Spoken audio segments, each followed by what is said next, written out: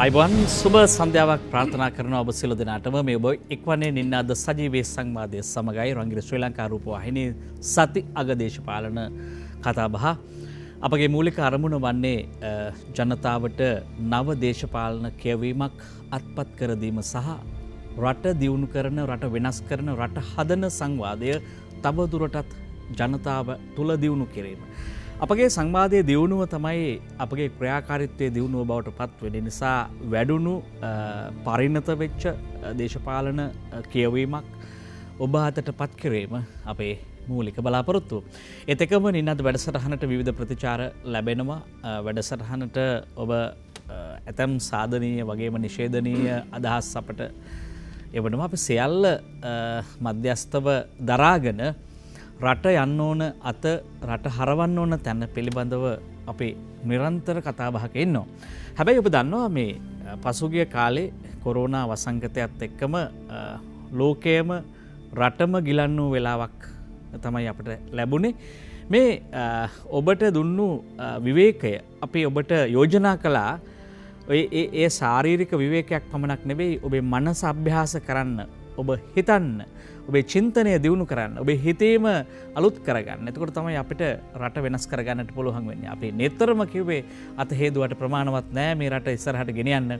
අපේ ආධ්‍යාත්මයේ මනස පිළිබඳව තවත් අලුත් දේවල් එහි තියෙන විස බීජ ටික ඉවත් කර ගැනීමට අපට අවශ්‍ය වෙනවා.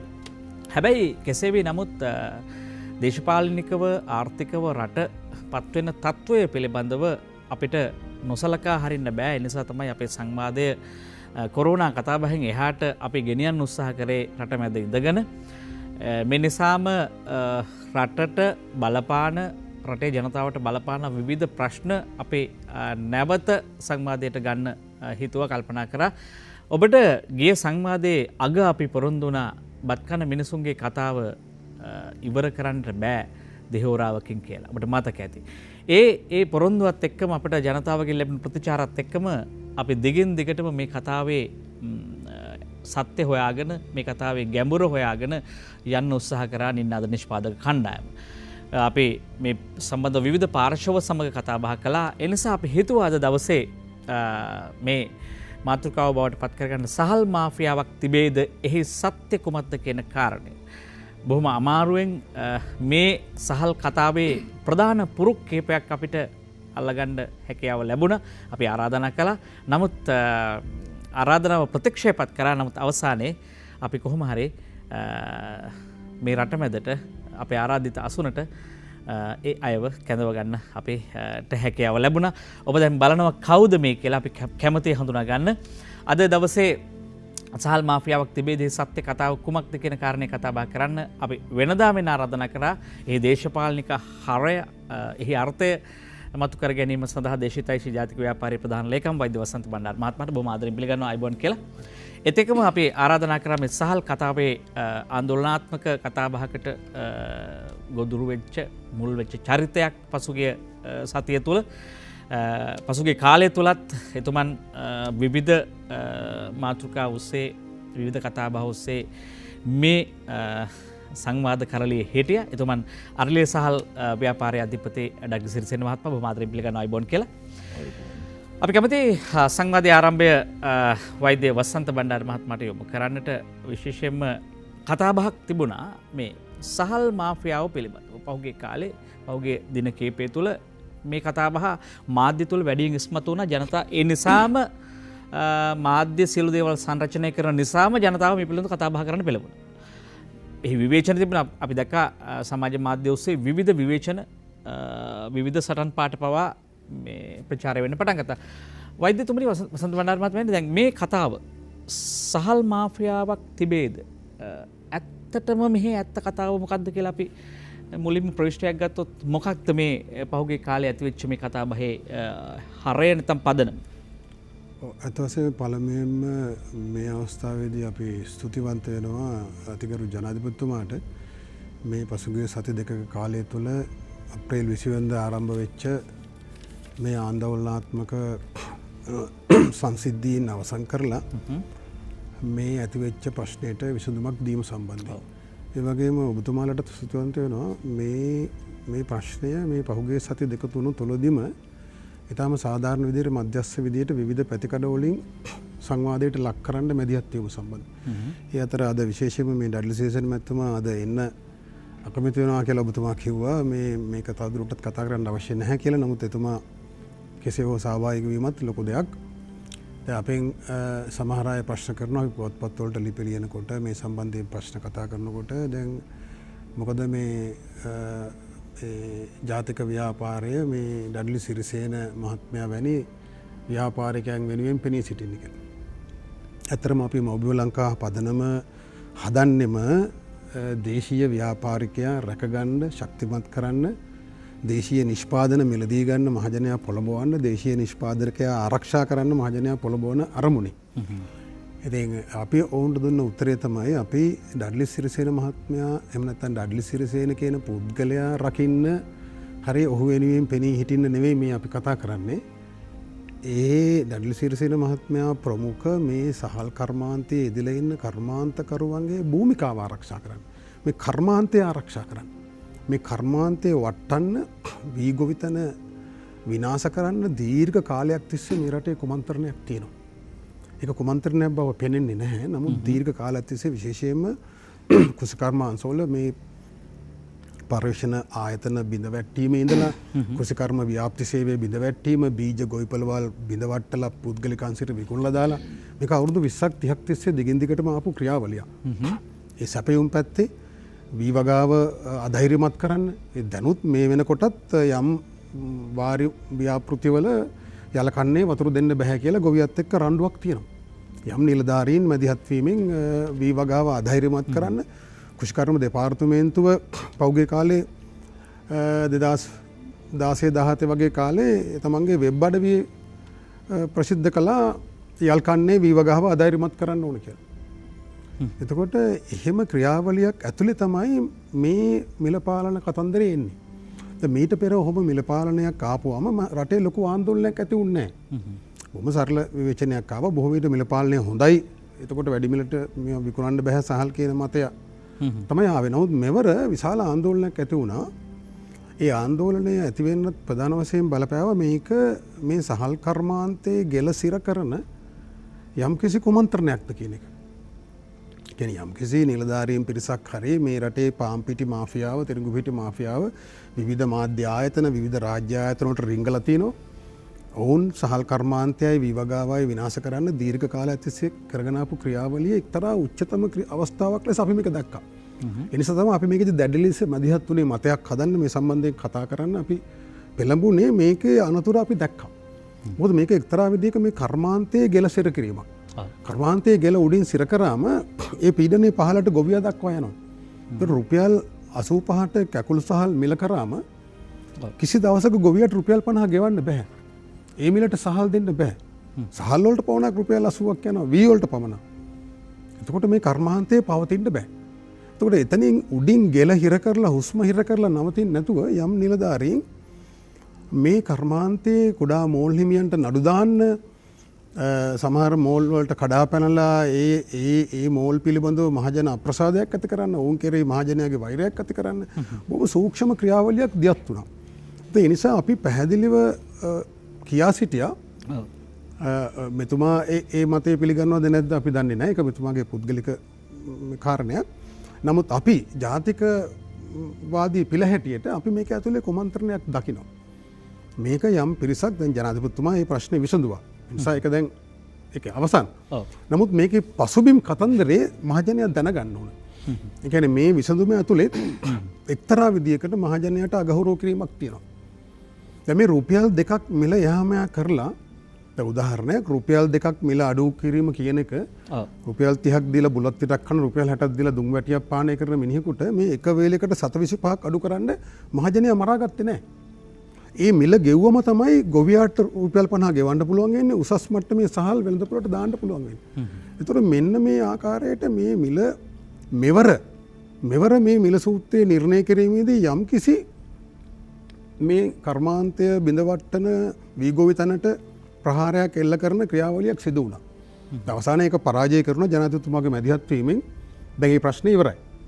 හැබැයි එසේ වුවත් සමාජය මේ ප්‍රශ්නය මුල් කරගෙන මේ ආහාර සුරක්ෂිතතාවයේ වැදගත්කම සහල් කර්මාන්තය ඒ වෙළඳපොළ ව්‍යුහයේ තියෙන තත්ත්වය පිළිබඳව ගැඹුරු අවබෝධයක් ඇති කරගන්න ඕන. මහා මෝල් හිමියන්ගේ භූමිකාව මොකද්ද? කුඩා මෝල් හිමියන්ගේ භූමිකාව මොකද්ද? රජයේ භූමිකාව මොකද්ද? සහල් හෙගියක් නැති වෙන්න ආරක්ෂණ තොග පවත්වාගන්නේ කොහොමද? ගුණාත්මක පට්ටම පවත්වාගන්නේ කොහොමද? නීතිමය රාමුව මොකද්ද? මහජනයාගේ යුතුකම් මොකද්ද? රුපියල් 2ක් වැඩියෙන් මරා ගන්න එකද වටින්නේ? ඒ සාධාරණ මිලක් රටේ ප්‍රධාන ආහාරය වන බත වෙනුවෙන් වැය කරලා ඒක රැක ගන්නවාද කියන සංවාදය සමාජයේ ඇති වෙන්න ඕනේ. එහෙම නැතුනොත් ආයෙත් මේ ප්‍රශ්නය වෙන විදිහකින් බලපාන්න පුළුවන්. වෙන විදිහකින් බලපාන්න පුළුවන්. ප්‍රශ්නේ ඉවරයි. දැන් මෙතුමන්ලාගේ පැත්තෙන් ගත්තොත් මෙතන දැන් ප්‍රශ්නයක් නැහැ. ප්‍රශ්නේ විසඳලා. හැබැයි සමාජයේ පැත්තෙන් දීර්ඝ කාලීනව මේ තිරිඟු පිටි මාෆියාව දැන් මෙතනින් පරාජය බාරගෙන මේක අතහරින්නේ නැහැ. උන් දිගින් දිගටම මේ කුමන්ත්‍රණය විවිධ ආකාරයෙන් කරගෙන යනවා. මේ සැරේ මිල පාලනයේදී අපි දැක්කේ ඒක එක්තරා උච්චතම අවස්ථාවක්.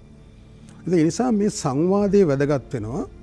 රටේ ආහාර සුරක්ෂිතතාවය රැක ගැනීම සඳහා වීගොවිය රැක ගැනීම, ග්‍රාමීය ආර්ථිකය රැක ගැනීම, කර්මාන්තය රැක ගැනීම, ඒතර කර්මාන්ත කරුවා රැක ගැනීම මේවා සම්බන්ධයෙන් පුළුල් සංවාදයක් සමාජයේ ඇති වෙන්න ඕන. මහජනයා මේවා සම්බන්ධයෙන් යම් සාධාරණ යුක්තිසහගත ආකල්ප ඇති කරගන්න ඕන. ඒ නිසා ප්‍රශ්නේ විසඳුණා වුණත් ඔබතුමා මේ සංවාදයේ නැවත මතු කිරීම ගැන ඒක වැදගත් කියලා අපි හිතනවා. ඒක අගය කරනවා. ප්‍රශ්නය විසඳුන නිසාම තමයි රග්න සිරිසේන මහත්මයා අපිට කිව්වේ දැන් ප්‍රශ්නේ ඉවරයි කියලා. හැබැයි මම කැමතියි දැන් ඒ ඉවරුණු ප්‍රශ්නේ පිළිබඳව යමක් විමසන්නට. ඒ තමයි දැන් ජනාධිපතිතුමාගේ මැදිහත් වීමෙන් මේ ප්‍රශ්නය විසඳන්න කටයුතු කරනවා. ඒ විසඳීම සම්බන්ධව ඔබතුමාගේ අදහස මොකක්ද? ඔබතුමා සතුටටපත් වෙනවද? සෑහීමකටපත් වෙනවද? නැති අත් වශයෙන්ම මේ රටක ප්‍රශ්නයක් විසඳපුවාම සතුටුද අසතුටුද දිනුවද පෙරදුනාද හරි ඒව අදාළ නැහැ මං හිතන විදිහට. මම ඇත්තටම මේ වැඩසටහනට සහභාගී වෙන්න මට ආරාධනා කරපු වෙලාවේ මම මේ හාල් සම්බන්ධව ඇත්තටම කතා කරන බව දන්නවනම් මම එන්නේ නැහැ. ඒක බොහොම මම විරුද්ධව කියන්නේ. මම රටේ ව්‍යාපාර ලෝකය පිළිබඳ අපේ වෛද්‍ය වසන්ත බණ්ඩාර මහත්මයා මගේ බොහොම දීර්ඝ කාලීන මිත්‍රයෙක්. එතුමාගේ කටින් කියවුණා මේ වගේ දෙයක් තමයි යන්නේ. නමුත් ඉතින් මාධ්‍ය පැත්තෙන් ගත්තාම ඔබතුමාලට මේ කාලේ බොහොම සතුටු මාතෘකාවක් තමයි මේ සාල් පිළිබඳ කතා කිරීම. ඉතින් ඕකට ඔය මාපියාව කියනවා වෙනත් දේවල් කියනවා. ඒක පිළිබඳ අපි එහෙම රටේ මිනිස්සුන්ට දරාගත හැකි රටේ මිනිස්සු ඉන්නේ ප්‍රශ්න ගොඩකනේ. මේ හාල් මිලම නෙවෙයි රටේ මිනිස්සුන්ගේ ප්‍රශ්නේ. ඒක නිසා ඇත්තටම මම මේ අවස්ථාවේ විශේෂයෙන් ප්‍රකාශ කරන්න ඕනේ මේ නව ජනාධිපතිතුමා පත්වීමේදී මම ලොකු බලාපොරොත්තුවක් තියාගෙන හිටියා. මමත් හිටපු හමුදා නිලධාරියෙක් වශයෙන් එතුමාත් එහෙම කෙනෙක්. ඒක නිසා යම්කිසි විනයානුකූල වැඩපිළිවෙලක් මේ රට තුළ ක්‍රියාත්මක විය යුතුමයි මේ රට ආර්ථික වශයෙන් මේට වැඩි ඉහළ තැනකට ගන්න නම්. මම අද දවසේ බලාපොරොත්තු වෙන්නෙත් ඒ පිළිබඳ කතා කරන්න. ඒක නිසා ඒ හාල් මිල සම්බන්ධව කතා කිරීම පිළිබඳව මම එහෙම ඒකට උත්තර දෙන්න තරම් මට එහෙම අවශ්‍යතාවයක් නැහැ. රටේ ප්‍රශ්නයක් ඇති වුණා නම් පාලකයෝ නායකයෝ වශයෙන් ඒ පිළිබඳ මැදිහත් වෙලා කාටත් පිළිගත හැකි පිළිතුරක් ලබා දුන්නා නම් ඒක අපි ඒකතරින් එහාට ඒකයි කතා කරන්න. එහෙම නෙවෙයි මේ රටේ ඕක තමයි තියෙන ප්‍රශ්නේ. රටක ප්‍රශ්නයක් ඇති වුණාම ඒක හරි සතුටෙන් කතා කරන මාතෘකාවක් විදියට ඒකේ හොඳ හෝ නරක හෝ වැරදි හෝ සමහර දේවල් තියෙනවා. අපේ ඇත්තටම මේ සිදුවීම වුණා නම් අපේ සිදුවීම අපේ ඔය රටක් පාලනය කිරීමේදී නෙවෙයි අපේ ජීවිතේ සමහර සිද්ධි තියෙනවා. ඒක පුළුවන් තරම් ඉක්මනින් අමතක කරලා තියෙන වැඩකට ඒ කාලය ඒ මනස යොදවලා වැඩ කරන එක තමයි කරන්න ඕනේ. වැඩක් නැති දේවල් ගැන කතා කරා ඉන්න තරම් අපිට කාලයක් නැහැ. දැන් අපි ජාතියක් වශයෙන් හරි රටක් වශයෙන් ජාතියක් වශයෙන් අපි හරි පහත් තැනක ඉන්නේ. ඒක නිසා මම වසන්ත බණ්ඩාර මහත්තයා මගේ ජීවිතේ මෙතනින් එහාට තියෙන අරමුණ පැහැදිලි කිරීම සඳහා රංගිරි ශ්‍රී ලංකා රූපවාහිනී සේවයේ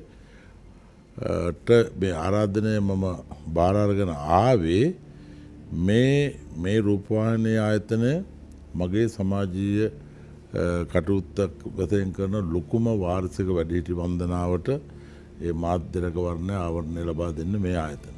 අනිත් පැත්තෙන් ඔබතුමා අපි බොහොම කාලයක සිට හඳුන්වන අය රටේ යම් ගැටලු සහගත තත්ත්ව ප්‍රශ්නයක් ආපුවම ඒ වෙනුවෙන් ඉදිරිපත් වෙලා වැඩ කටයුතු කරන රටට ආදරේ පුජ්‍යලයක් වශයෙන් මේ යෝජනාව මම පිළිගත්තේ ඒකයි.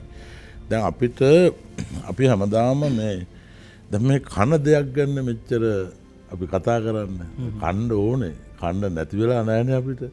ඔය ඉතින් කෑම පිළිබඳ ඇති වෙන ප්‍රශ්න ඉතින් ඒක එච්චර දෙයක් නෙවෙයි. කාටවත් කන්න නැති වෙලා නැහැ. මේ රට දවසේ පැය 24න් පැය 12ක් එළිය තියෙන. පැය 12ක් අඳුර තියෙන රටක්. අවුරුද්දේ මාස 12 ගත්තාම මාස 6ක් එක පැත්තකට වහින. අනිත් මාස 6 අනිත් පැත්තට වහින. එහෙම රටක් මේක. අධික සීතලයි හිම නැහැ. අධික රස්නේ කාන්තාර නැහැ. අපි මේ කතා කරන්නේ වුණාට රටේ මේ ආහාර පිළිබඳ කතාවක් තමයි අපි මේ කතා කරන්නේ. අපි කොහෙද ඉන්නේ? මේක තමයි අපිට මේ වෙලා තියෙන සියලු දේම බඩට යට කරලා තමයි මේ ප්‍රශ්නේ බඩට යට වුණ දේ ගැන බඩට වමනා දේ ගැන කතා කරලා රටක ආර්ථිකයක් රටක් ගොඩ ගන්න බෑ. මේ සියලු දේවල් වලටම උත්තරේ තියෙන ආර්ථික වශයෙන් ඉහළ පහළ යෑමනේ මේ ප්‍රශ්නේ.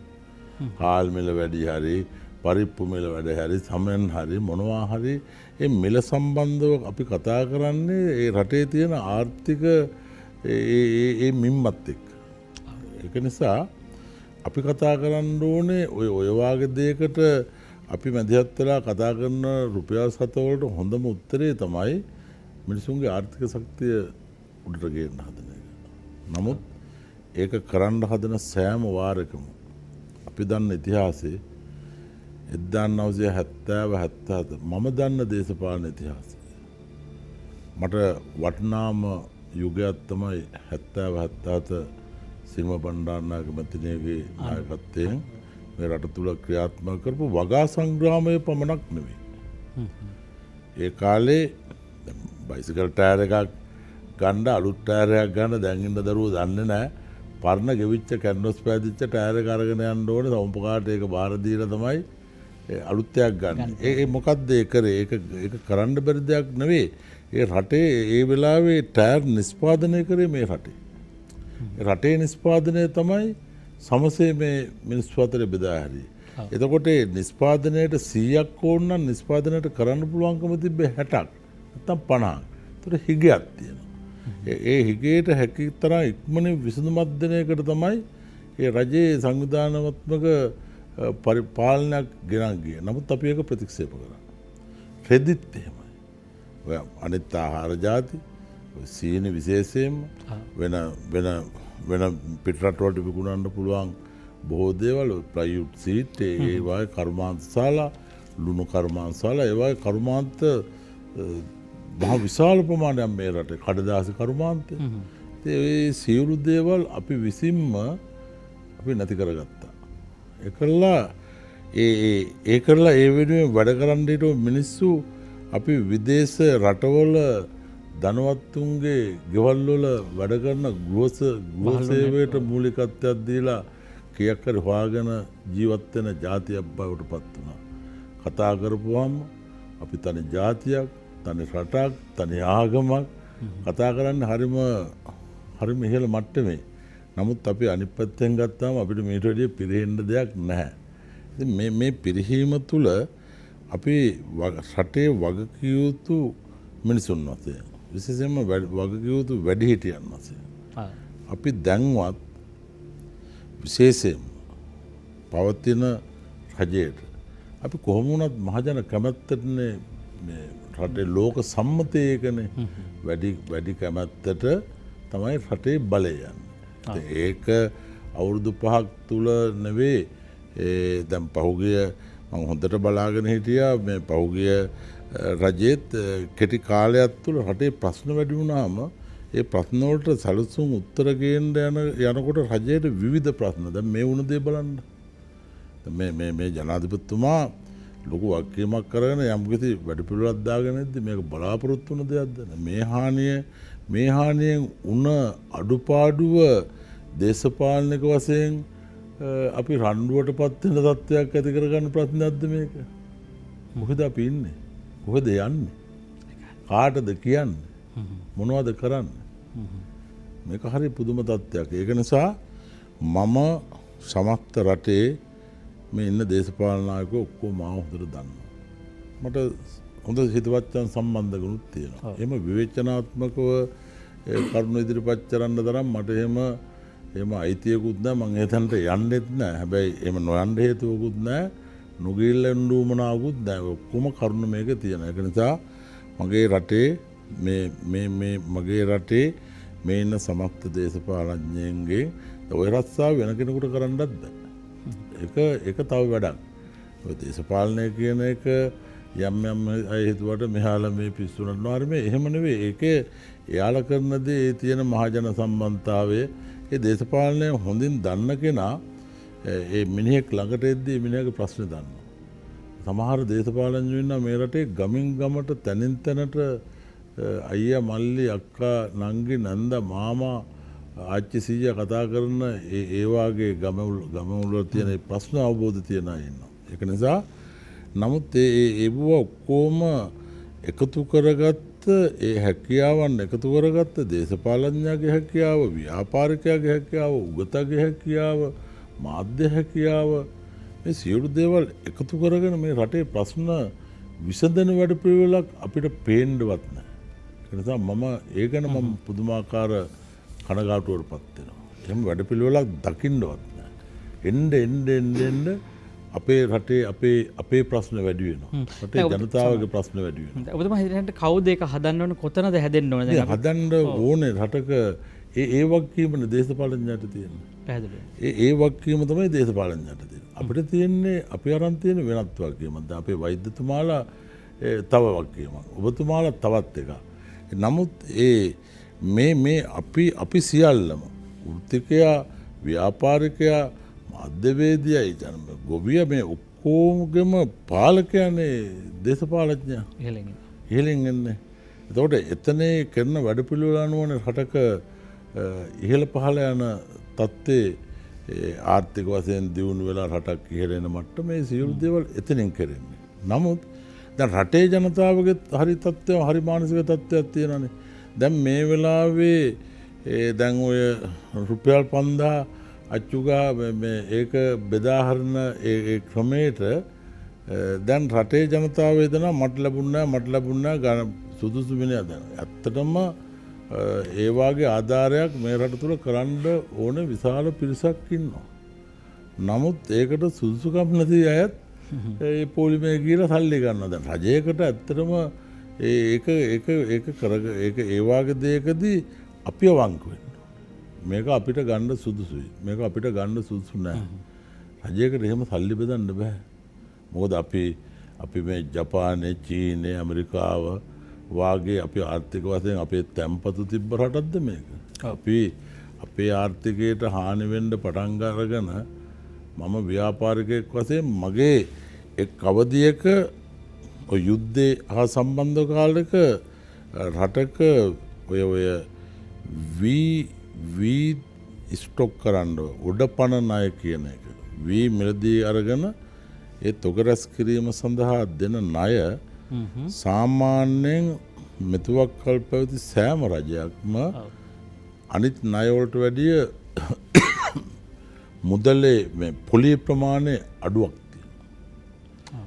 පොඩි ප්‍රමාණය අඩුවක් තියෙනවා. එහෙම ඒ අඩු කරපු කාලෙක යුද්ධය සම්බන්ධ එක කාලෙක 26% පොලියට අපි ඔඩපණ ණය අරන් තියෙනවා. 26%. ඒ කියන්නේ අවුරුදු 4ක් ගියා නම් 100ට 104ක් ගෙවන්න ඕනේ. එහෙම ආර්ථික පසුබිමක තිබ්බ රටක් මේක යම්කිසි දියුණු මට්ටමකට මේ ඔය සිරිම බණ්ඩාරනායක මැතිණියගේ කාලේ ආර්ථික වශයෙන් මේක ඇත්තටම ඇත්තටම මේක නියම තත්ත්වය 1948 අපි නිදහස ලබන අවුරුද්දේ ආසියාවේ තිබ්බ ආර්ථික වශයෙන් ශක්තිමත්ම රට තමයි මේ ශ්‍රී ලංකාව. දැන් අවුරුදු 72කට පස්සේ ආසියාවේ තියෙන මම හිතන්නේ දුප්පත්ම රට තමයි ශ්‍රී ලංකාව. මොන වගේ අඩු වෙලාද? ඉතින් මේක දැන් ওই ජනතාවගේ දැන් මේකේ ලොකුම වර්ධ තියෙන දේශපාලන ජනට වැඩිය ජනතාව පැත්තෙන් ගත්තාම දැන් අපි මේ ආණ්ඩුවෙන් ගිය ආණ්ඩුවෙන් අපිට කරේ නැහැ මේ ආණ්ඩුවෙන් මෙහෙම කරේ නැහැ ඒකින්ද මෙයාට මේ තරේ සලකන්නේ නැහැ මේ තරේ අපි ඡන්ද දෙන්න මේ වෙන කෙනෙකුට මේ නමුත් ඒ සියලුම දේවල් තීරණ ගන්න ඒ වඩනා ඡන්දය මෙහෙවන්නේ රටේ ජනතාවනේ. ඒ ජනතාව ඡන්දය හරියට මෙහෙවීම නොමැතිවීම තුල තමයි අපිට මේ ප්‍රතිඵල අත් වෙලා තියෙන්නේ. ඒ නිසා මේ අපි ජනතාවට නිරන්තරව මතක් කරන්නේ ඔබගේ කැමැත්ත අපි දන්නවා විවිධ දේශපාලන අලෙවිකරණ ව්‍යාපෘති තියෙනවා. ඒ වැඩසටහන් ඇතුලේ ජනතාවගේ මැතිවරණ මනෝභාවය නිෂ්පාදනය කරනවා. ඒක හරියට මේ කිසියම් භාණ්ඩයක් නිෂ්පාදනය කරලා ඔබට පරිභෝජනයට දෙනවා වගේ තමයි මැතිවරණ මනෝභාවය නිෂ්පාදනය කරලා ඔබට දෙනවා. බොහොම ගෞරවයෙන් ඔබට දෙනවා. පොරොන්දු රාශියක් තියෙනවා. ඔබ හැමදාම වෙලා තියෙන්නේ වසර ගණනාවක් දශක ගණනාවක් රැවටීමකට භාජනය වෙලා දෝ කියලා අපිට හිතෙනවා. එදාට වඩා අද ලංකාව දිහා හැරලා බලනකොට අපි මොනවද අත්පත් කරගෙන තියෙන අඩුම තරමේ හිනහ වෙලා පාරක යන්න සන්තෝෂයෙන් ඉන්න පුළුවන්ද? නිරෝගීකම සතුට මේවා අපිට අත්පත් වෙලාද? ඔබ දන්නවා පැහැදිලිවම මේ නිසා රට හැදීමේ පාර පිළිබඳව වැඩිපුර අවධානයට ලක් කරමින් මේ කොරෝනා වසංගතයෙන් අපි හැමෝම විවේකයට පත් වුණු වෙලාවේ අපි නිරන්තරවම ඔබට මතක් කරේ ඔබ සවිඥානික විය යුතුයි.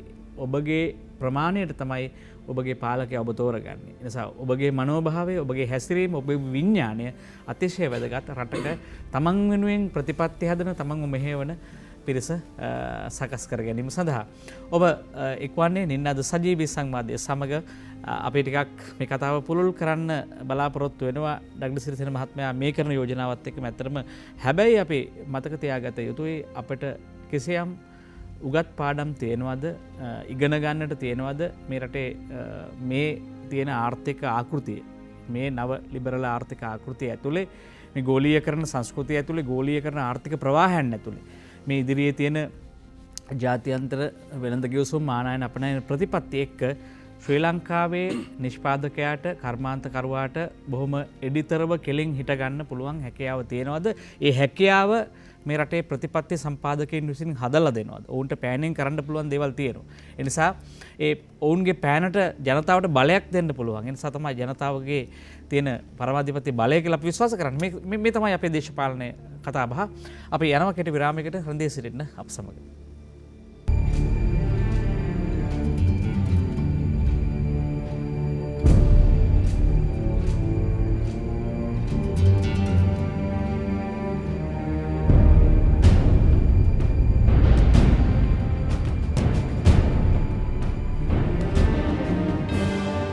නින්නාද අසත්‍යයට එරෙහි සත්‍යයේ හොරාව. ඔබ නැවතත් නින්නාද සජීවී සංවාදයේ සමගයි මේ වන්නේ සහල් මාෆියාවක් තිබේදී සත්‍ය කුමක්ද කියන කාරණේ තමයි අපි කතා බහ කරමින් ඉන්නේ. හැබැයි මේ සහල් කතාවෙන් එහාට ශ්‍රී ලංකාවේ ඇති වෙලා තියෙන තත්ත්වය පිළිබඳව අපි බොහොම හොඳ විනිශ්චයක් දෙන්න ඕනේ, සාධාරණ විනිශ්චයක් දෙන්න ඕනේ. තවත් පැත්තකින් මේ තත්ත්වය වඩා හොඳින් තේරුම් ගැනීමට අපේ ජනමනස සකස් කරගත යුතුයි. විශේෂයෙන් අපේ ග්‍රාහක සමාජය තුළ එවැනි විඥානයක් ඇති කිරීම අපේ වගකීම. බොහෝ සංවාද ජනප්‍රියතලයේ තියෙන්නේ. ඒවා ප්‍රශ්න පිළිබඳ කතා බහ කරනවා, බොහෝ විවාද ඇති වෙනවා. සතියෙන් මේ ප්‍රශ්නේ අපේ කතා බහෙන් අයින් වෙනවා.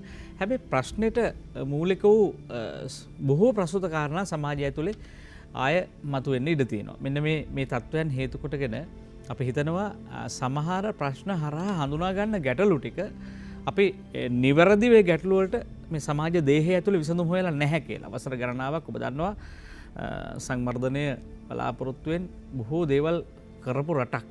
මේ රටේ ඒ සැලසුම් කවුද කොහෙන්ද හැදුවේ කියන කාරණා සම්බන්ධව ඔබ අධ්‍යයනය කරලා තියෙනවා වෙන්න පුළුවන්. හැබැයි මේ රටේ කොහේ හෝ වැරද්දක් තියෙනවා. වෛද්‍ය වසන්ත බණ්ඩාර මහත්මයාණනි දැන් අපි මේ මොහොතේ අපි කතාබා කරමින් හිටියේ විශේෂයෙන්ම මේ රටක ආහාර ප්‍රශ්නය කවුරුකවත් හරි ප්‍රබලයි. මේ ආහාර වෙළඳාම අත්පත් කරගන්නේ කවුද කියන කාරණය ඇතුළේ තමයි සමස්ත ලෝකයේම මිනිස්සු මේක තව යුද්ධයක් මේක. එතකොට දැන් මේක අවියක් බවට පත් කරගන්න පුළුවන්. එතකොට අද ශ්‍රී ලංකාවේ ආහාර වෙළඳ පොලේ සංක්‍රමණය වෙන පාරිභෝගිකයන්, කර්මාන්තකරුවන් සහ නිෂ්පාදකයන්.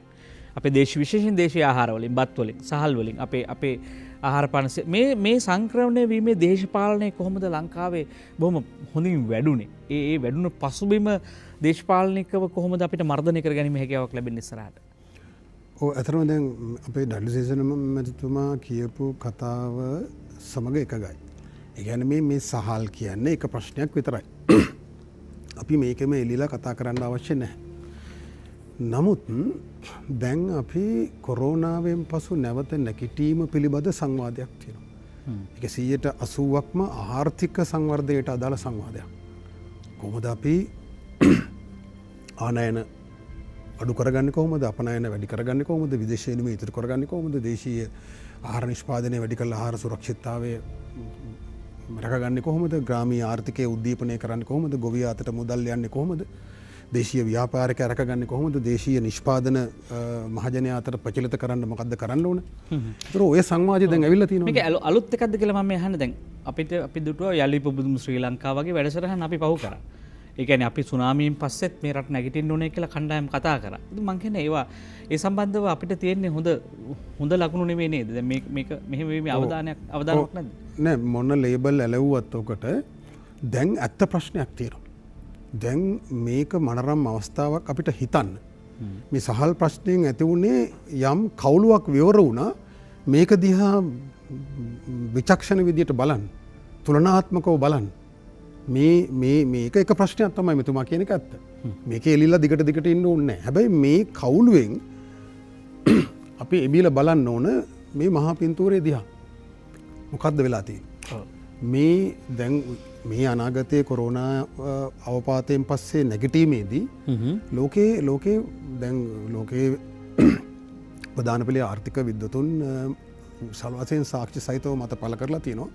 මේ 1930 ඇතිවෙච්ච මහා දරුණු ආර්ථික අවපාතයට සමාන ආකාරයේ අවපාතයකට ලෝකයට ගොදුරු වෙන්න සිද්ධ වෙනවා. රයිට්? දැන් අපිට ගත්තොත් විදේශ විනිමය ගලායම අඩු වෙනවා, සම්ප්‍රේෂණ අඩු වෙනවා, විදේශ රැකියා ප්‍රමාණය අඩු වෙනවා.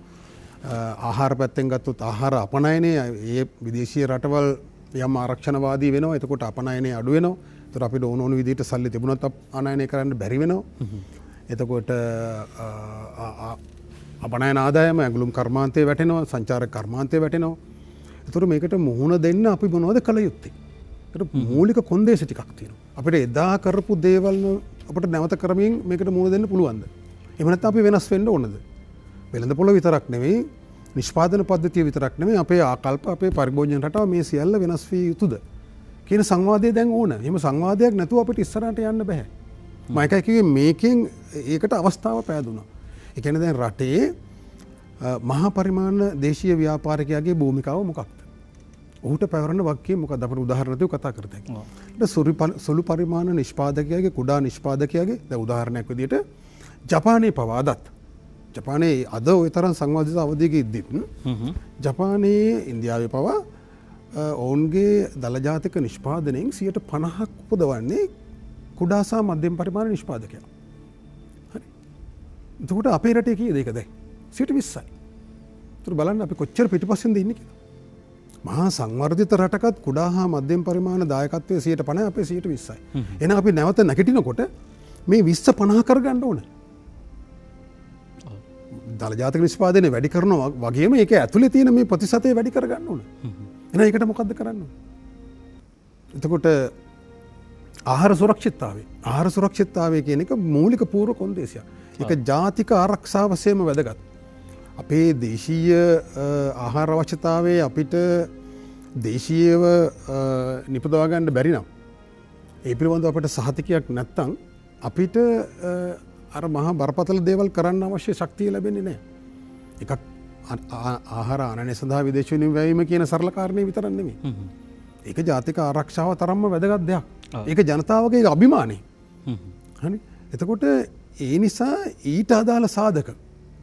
කතා කරන්න ඕන. දැන් උදාහරණයක් විදිහට මම ආයි නැවත සහල් කතාවට එන්නම් මෙන්න මේ මහා පින්තූරය පැහැදිලි කරන්න. ඕන වෙන ප්‍රශ්නයක් ගන්නත් පුළුවන්. ඔව්. හිතන්න ගන්න කිරි ප්‍රශ්නේ. එතකොට දැන් කිරි ගොවියාගේ ආදායම කියන එක ඊටාම වැදගත් වෙනවා ග්‍රාමීය ආර්ථිකයේ ගොවියාගේ ආදායම මට්ටම වැඩි කරන්න. භෝග වගාවෙන් විතරක් ගොවියාගේ ආදායම මට්ටම වැඩි කරන්න බෑ කියන එක හරි පැහැදිලි. ඉන්දියාවේ සාධක ගත්තම ඉන්දියාව ගොවියාගේ ආදායම මට්ටම වැඩි කරන්න යොදාගත්ත ප්‍රධාන උපාය මාර්ගයක් තමයි කිරි ගොවිතැන. අද ඉන්දියාව ලෝකයේ ලොකුම කිරි නිෂ්පාදකයා.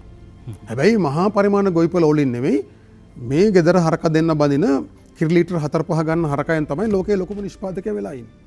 ඒක හරහා තමයි ගොවියාගේ ආදායම මට්ටම වැඩි කරලා තියෙන්නේ. හරි ගොවියාගේ ආහාර සුරක්ෂිතතාවයේ පෝෂණ තත්ත්වයන් වැඩි කරගන්න යොදාගෙන තියෙන කිරි ආර්ථිකය. හැබැයි හිතන්න අද ලංකාවේ තත්ත්වය ගත්තොත් පැලවත්ත කිරි සමාගම කියන පෞද්ගලික ආයතනය.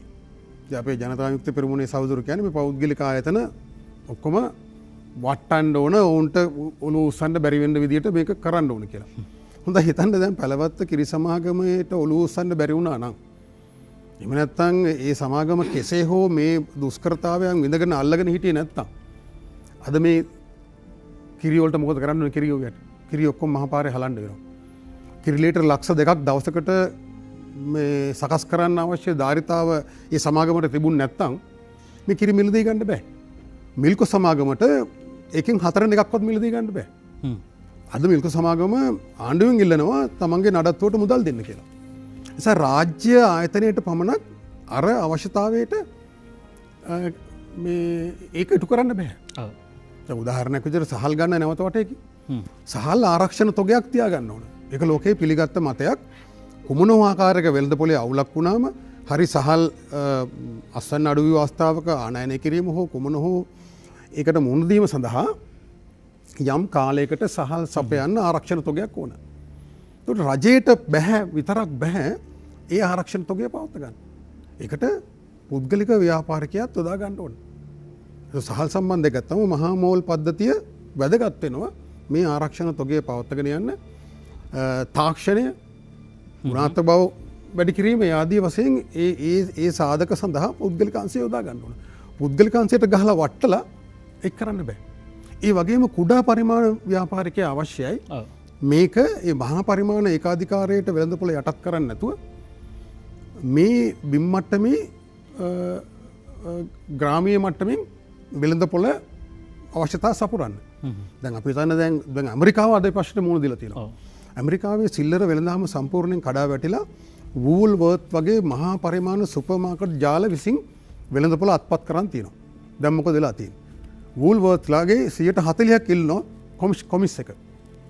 ඒ නිසා ඇමරිකාවේ සුළු නිෂ්පාදකයාට බැරි වෙලා තියෙනවා අර වෙළඳපොළට තමන්ගේ භාණ්ඩ ඉදිරිපත් කරන්න. ඒ නිසා චීනෙන් ආනයනය කරන්න වෙලා තියෙනවා ඊට කුඩා භාණ්ඩ පවා. දේශීය නිෂ්පාදනය කරන්න බෑ. සුපර් මාකට් එකෙන් 140ක් කොමිස් ඉල්ලනවා. ඒතර සිල්ලර වෙළඳපොළ ක්‍රමයෙන් කඩාවට්ටලා මහා සුපර් මාකට් ජාල විතරක් ඉතුරු වීමෙන් සිදු වූ දෙයි.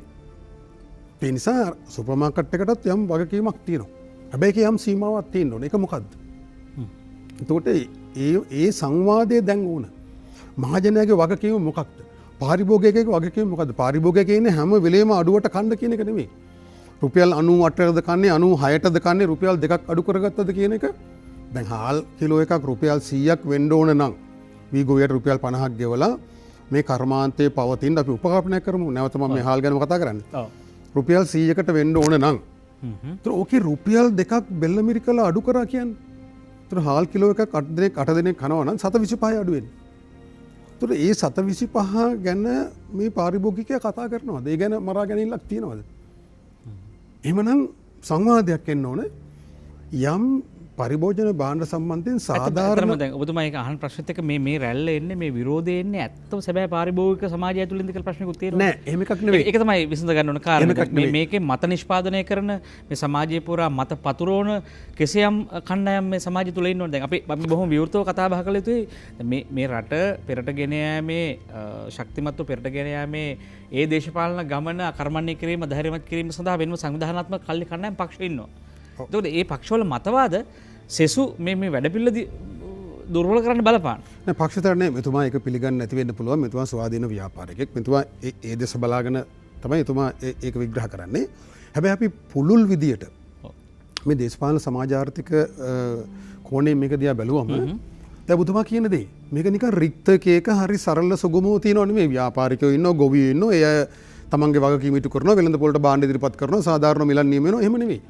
මේක ඇතුලේ විශාල ක්‍රියාවලියක් තියෙනවා, කූට ක්‍රියාවලියක් තියෙනවා, මහා සමාගම් වල මැදිහත් වීම. හරි දැන් ඒතර සහල් වෙළඳ පොළ නිකන් වෙළඳ පොළ සාධාරණව කාර්යක්ෂමව තීරණය වෙන්නේ නැහැ. තිරංගුපිටි මාෆියාව විසින් තමයි මේ සහල් මාෆියාව කියන වචනේත් හදලා මේ සහල් වෙළඳ පොළට එරෙහි සමාජ මතයක් හදන ඒ දේශපාලන මතවාදය ගොඩනගන්නේ තිරංගුපිටි මාෆියාවේ. අපිට ඒක ඔප්පු කරන්න පුළුවන්. ඒ පිළිබඳව අපි කතා කරමු මෙතුමාගේ වාරයෙන් පසු. අපි ඔබට මතක් කරනවා, සතුටින් මතක් කරනවා 066 22 83 669 ඔබට මැදිරියට එන්න පුළුවන්, මේ සංවාදයට සහභාගී වෙන්න පුළුවන්. ඒත් එක්කම අපේ මුහුණු පොත ඔස්සේ සජීවීව ඔබට අපිව නැරඹී මේ හැකියාවත් අපි උදා කර දීලා තියෙනවා. නිෂ්පාදකතුමන් ඒ සුබ පුවතත් අපිට දන්වා සිටිනවා.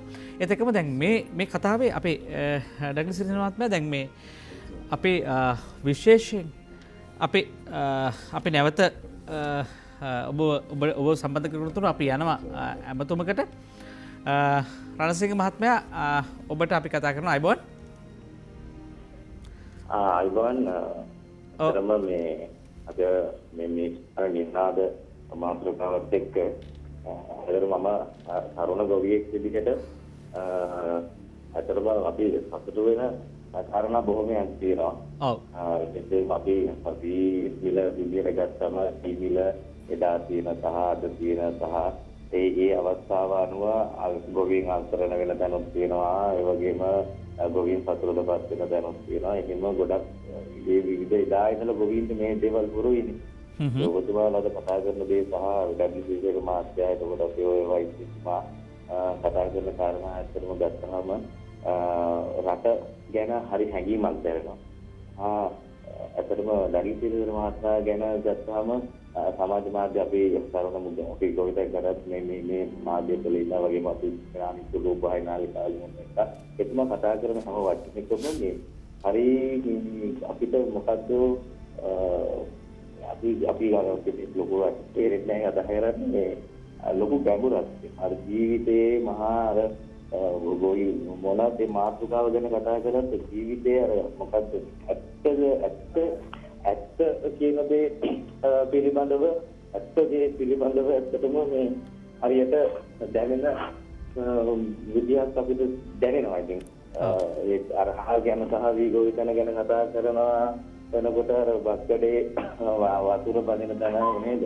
වී වපුරන තැන ඉඳලා වී හාල් කොටම තැන ඉඳලා ඊට පස්සේ පාරිභෝගිකයර ගෙන යන තැන ඉඳලා පුළුල් දැනුමක් තියෙන මිනිස්සෙක් එක්ක ඇත්තටම මේ ආර්ථිකයට ලොකු හයියක් දෙන්න පුළුවන් මේ වගේ ව්‍යාපාරිකයෝ රැක ගැනීම කියන එක තමයි අපි මේ වෙලාවේ මේ ඔය කරන සංවාදයත් එක්ක මට නම් හිතුනේ. ඔව්. ඇත්තටම මේ පැත්තත් එක්ක ගත්තම මේ දේශීය ව්‍යාපාරිකයෝ මේ රංගින ශ්‍රී ලංකා රූපවාහිනිය වගේ අපි දැකලා තියෙනවා මේ වෙන දැන්වීම් යන්නේත් නැහැ. මේ අපි ලංකාවේ නිෂ්පාදනය විතරයි නේද මේ දැන්. ගත්තාම ඒ වැනි ව්‍යාපාරිකයෝ තව ඉන්නවා. මෙතුමා විතරක් නෙවෙයි. අපි දන්න තව ව්‍යාපාරිකයෝ ඉන්නවා. දේශීය මට්ටමේ අපි දැක්කා ඔබතුමාලගේ යන පැල්ලොත් කිරි සමාගමේ ආපේක පන්දකදලා ඉස්සරහට කතා කරනවා. මේ රටටම කිරි දෙන්න පුළුවන් කියලා. අපි ඩල්ලි මාත්‍යත් රටටම කන්න දෙන්නම් කියලා කියපු අවස්ථා තිබුණා. ඉතින් ඒ වගේ ව්‍යාපාරිකයන්ට ඇත්තටම අපි මහ ජනතාව විදියට අපි පරිභෝජනය කරන අවස්ථාවක් තියෙනවා. අපේ ප්‍රදේශවල. ඉතින් ඒ ව්‍යාපාරිකයෝ රැකගමු කියන යෝජනාව තමයි තරණයේ විදියට මට දෙන්න තියෙන්නේ. බොහොම ස්තුතියි. තරණයේ විදියට දෙන්න තියෙන්නේ. බොහොම ස්තුතියි ඔබතුමන්ට. අපිත් ඇත්තටම එතුමට ආරාධනා කරේ අනවශ්‍ය වාදවල පැටලෙන්න නෙවෙයි. මේ රටේ දැන් වාද විවාද කරන කාලයක් නෙවෙයි තියෙන්නේ. හැමෝම එකතු වෙලා හැමෝගෙම ශක්තියෙන් අඳුනගෙන ඒ ශක්තියෙන් විදහාර එළියට මුදා හැරලා ඒ තුලින් රට වෙනස් කරන ගමනකටයි අපි යන්න ඉන්නේ. ඔබට ස්තුතියි. 066 22 83 669. හැබැයි මේ රට හදන ගමනේදී ඩග්ලස් සිරිසේන මහත්මයා දැන් අපිට තියෙන මේ බාධක තර්ජන ගැටලු අපි වටහා ගන්න ඕනේ කලින්. දැන් ඒතකොට තමයි අපිට ඒ පසු කරමින් වඩා දියුණු මිනිහෙක් හදන්න පුළුවන්. දැන් ඒකදී අපිට හරි වැදගත් දැන් මේ ගෝලීය ආර්ථික ඔබතුමා හරි සංවේදී හාල් තහනම් වචන කරගත්තොත් මේ අනිත් පැත්තේ මේ දේශීය සමස්ත කර්මාන්ත කොහොමද රටේ ගොඩනගන්නේ කියන කාරණේ ජාතික සංවර්ධන උදෙසා හැබැයි ජාතික සංවර්ධන ක්‍රියාවලියේදී දේශීය කර්මාන්ත නගා සිටුවීමේදී අපිට මේ මොහොතේ හරි තීරණාත්මකයි. එකක් තමයි ජාත්‍යන්තරව ගෝලීය ආර්ථික ගෝලීය වෙළඳපොළක් ඇතුළේ අපි ජීවත් වෙන්නේ. ඒතර ඇත්තටම අපිට එහෙම ශක්්‍යතාවයක් හැකියාවක් තියෙනවද මේ වෙළඳපොළ සමග තරඟ කරන්න? ඔබ දේශීය ව්‍යාපාරිකයෙක්ට ඒ අත්දැකීමුත් එකතු කරලා කතා කරොත් ඔබේ අදහස් මොන වගේද? නෑ ඉතින් රටේ දැන් නම් මේ හාල් ගැන නම් කතා කරලා ඇතිම කියලා තමයි මගේ පළවෙනි යෝජනාව. මොකද දැන් අපිට ඊට වැඩිය කතා කරන්න බොහෝ දේවල් තියෙනවානේ.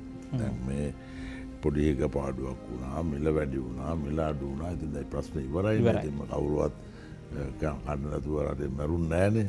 ඒ නිසා අපේ ඒ කතාව අතාරමු. දැන් ඕක නෙවෙයි මේ අපිට වෙන්න ඕනේ. දැන් රටක අපේ රටේ ජනතාව 2,20,00,000. එතකොට අපිට දේශීය ව්‍යවසායකයෝ වශයෙන් අපිට ඉස්සෙල්ලාම ජයගන්න පුළුවන් අභියෝගය තමයි දේශීය වෙළඳපොළ.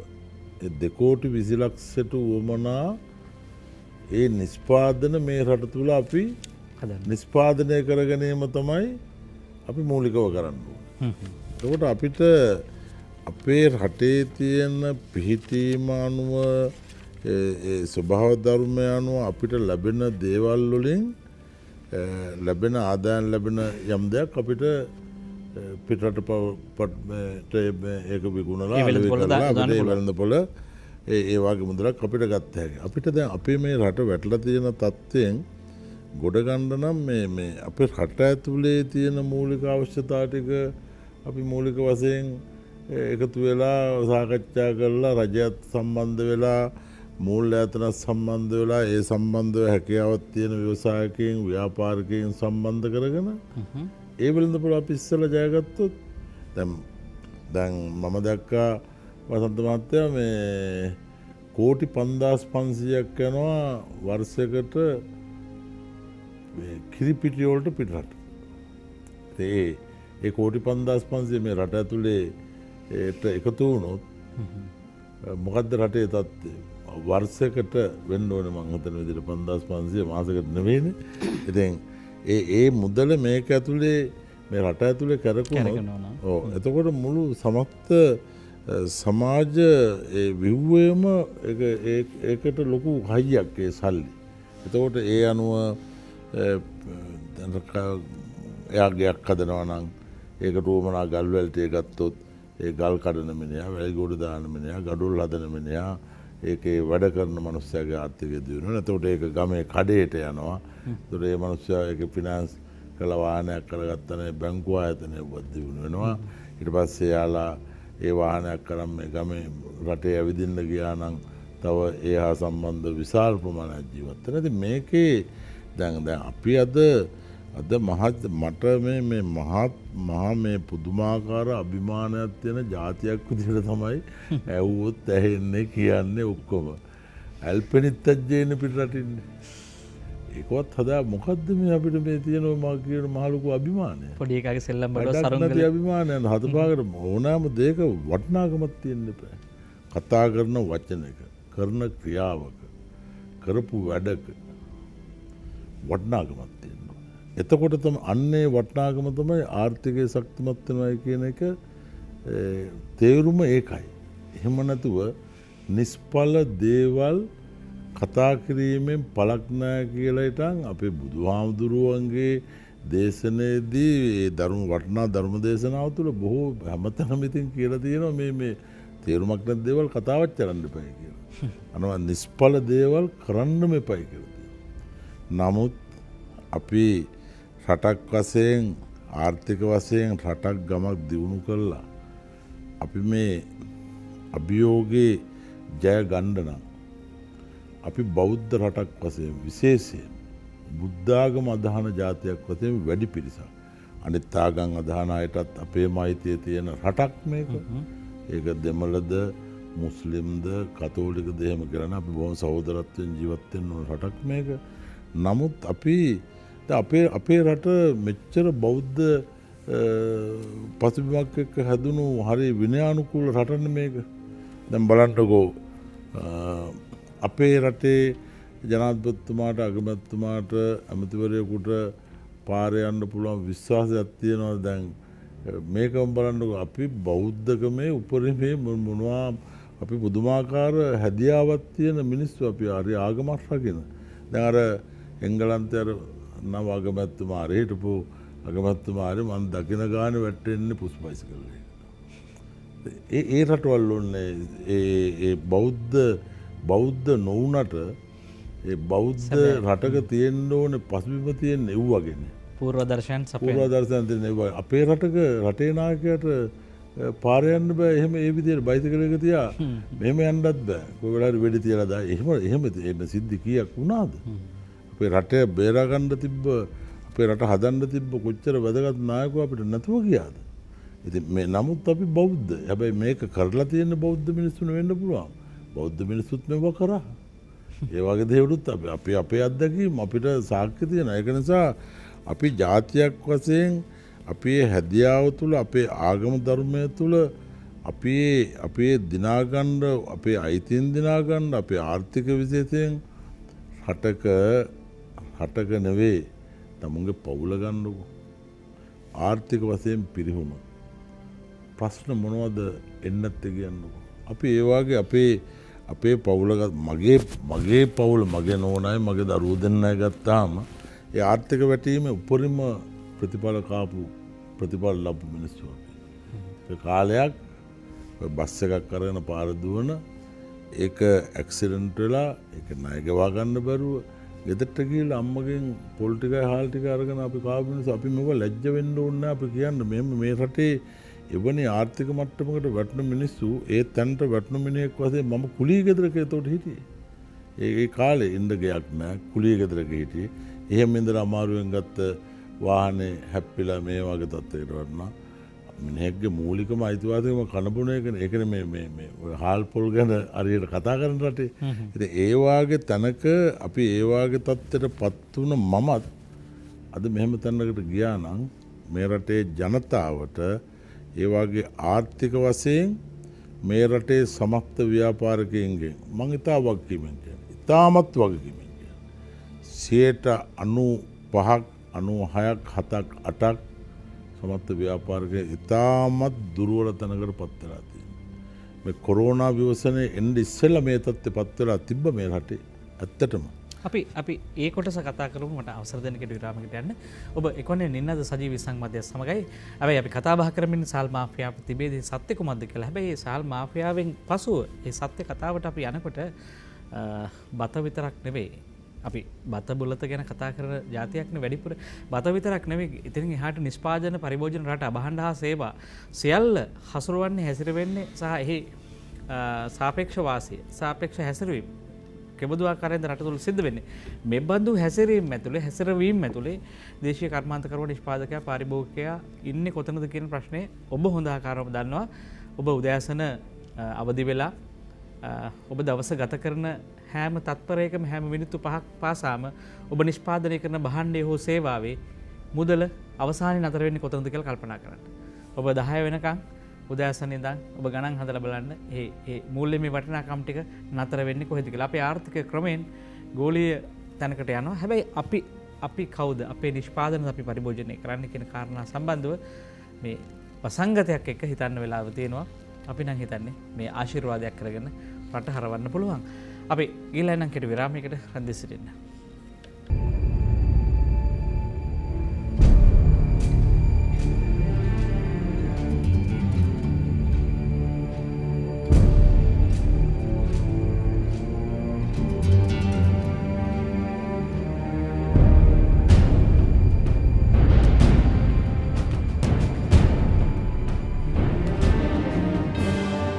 නින්නාද අසත්‍යයට එරෙහි සත්‍යයේ හොරාව.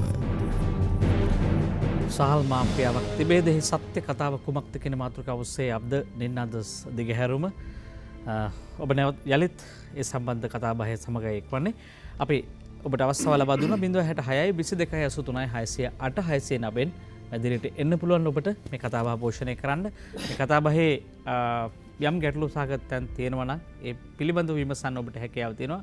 මොකද අපි හැමෝටම මම කලින් සඳහන් කරා වගේ මේ අපේ අදහස පැහැදිලි කරගන්න. අපි අතර තියෙන දුරාවබෝධය නැති කරගන්න ඕනේ. ඒකෝට දැන් අපි කොහොමද රටක් හැටියට ජාතියක් හැටියට අපි හිටගන්නේ කොහොම නිර්හංකාර නිහතමානීව හිටගන්නේ ඒ වචනයෙන් එහාට යන්න ඕනේ. ක්‍රියාකාරීත්වය සමාජගත වන දවසක තමයි අපේ ප්‍රතිඵල තියෙන්නේ. නිසා වචන තියෙනවා අපි හැමෝටම අපූරු ඒ සුන්දර වචන අහලා තියෙනවා ලංකාවේ සංවර්ධනය පිළිබඳව අපි ආපු සුන්දර වචන අපේ ඇතැම් ලියකියවිලි වල තියෙනවා ඉතිහාසයේ මේ රට හදන්න හදපු. හැබැයි වර්තමානයේකට ඉතුරුලා තියෙන්නේ ණය ගොඩක් විතරයි සහ ඒක ඇතුලේ වදන මනුෂ්‍යත්වයේ වෙනුවෙන් කවුද ඉන්නේ කියලා. දැන් මේ කතාව ඇතුලේ ඔබත් කොටසක ඉන්නවා. දැන් ඔබ මේ කතාවේ ග්‍රාහකයෙක් විතරක් නෙවෙයි මේ මාධ්‍ය ඉදිරියේ ඉන්න ග්‍රාහකයෙක් විතරක් නෙවෙයි. ඔබ නිෂ්පාදකයෙක් වෙන්න පුළුවන්. ඔබ පාරිභෝගිකයෙක් වෙන්න පුළුවන්. නැත්නම් ඔබ කර්මාන්තකරුවෙක් වෙන්න පුළුවන්. කිසියම් තැනක ඔබ හිටගෙන ඉන්නවා. හැබැයි ඒ තැන සුරක්ෂිතද? ඔබ හොයාගෙන තියෙනවද මේ කාරණේ තුල? ඔබ පාරිභෝගිකයෙක් නම් ඔබගේ පරිභෝජන රටා සකස් වෙලා තියෙන්නේ කොහොමද කියන කාරණය ඔබට හිතන්න අපේ පොඩි අදහසකුත් ලබා දෙමින් වසන්ත බණ්ඩාර මහත්මයා දැන් ඔබ මම ඇමතුමකට යන්න ඉඩ දෙන්න 066 22 83 68 89 අයිබෝන් ඔබට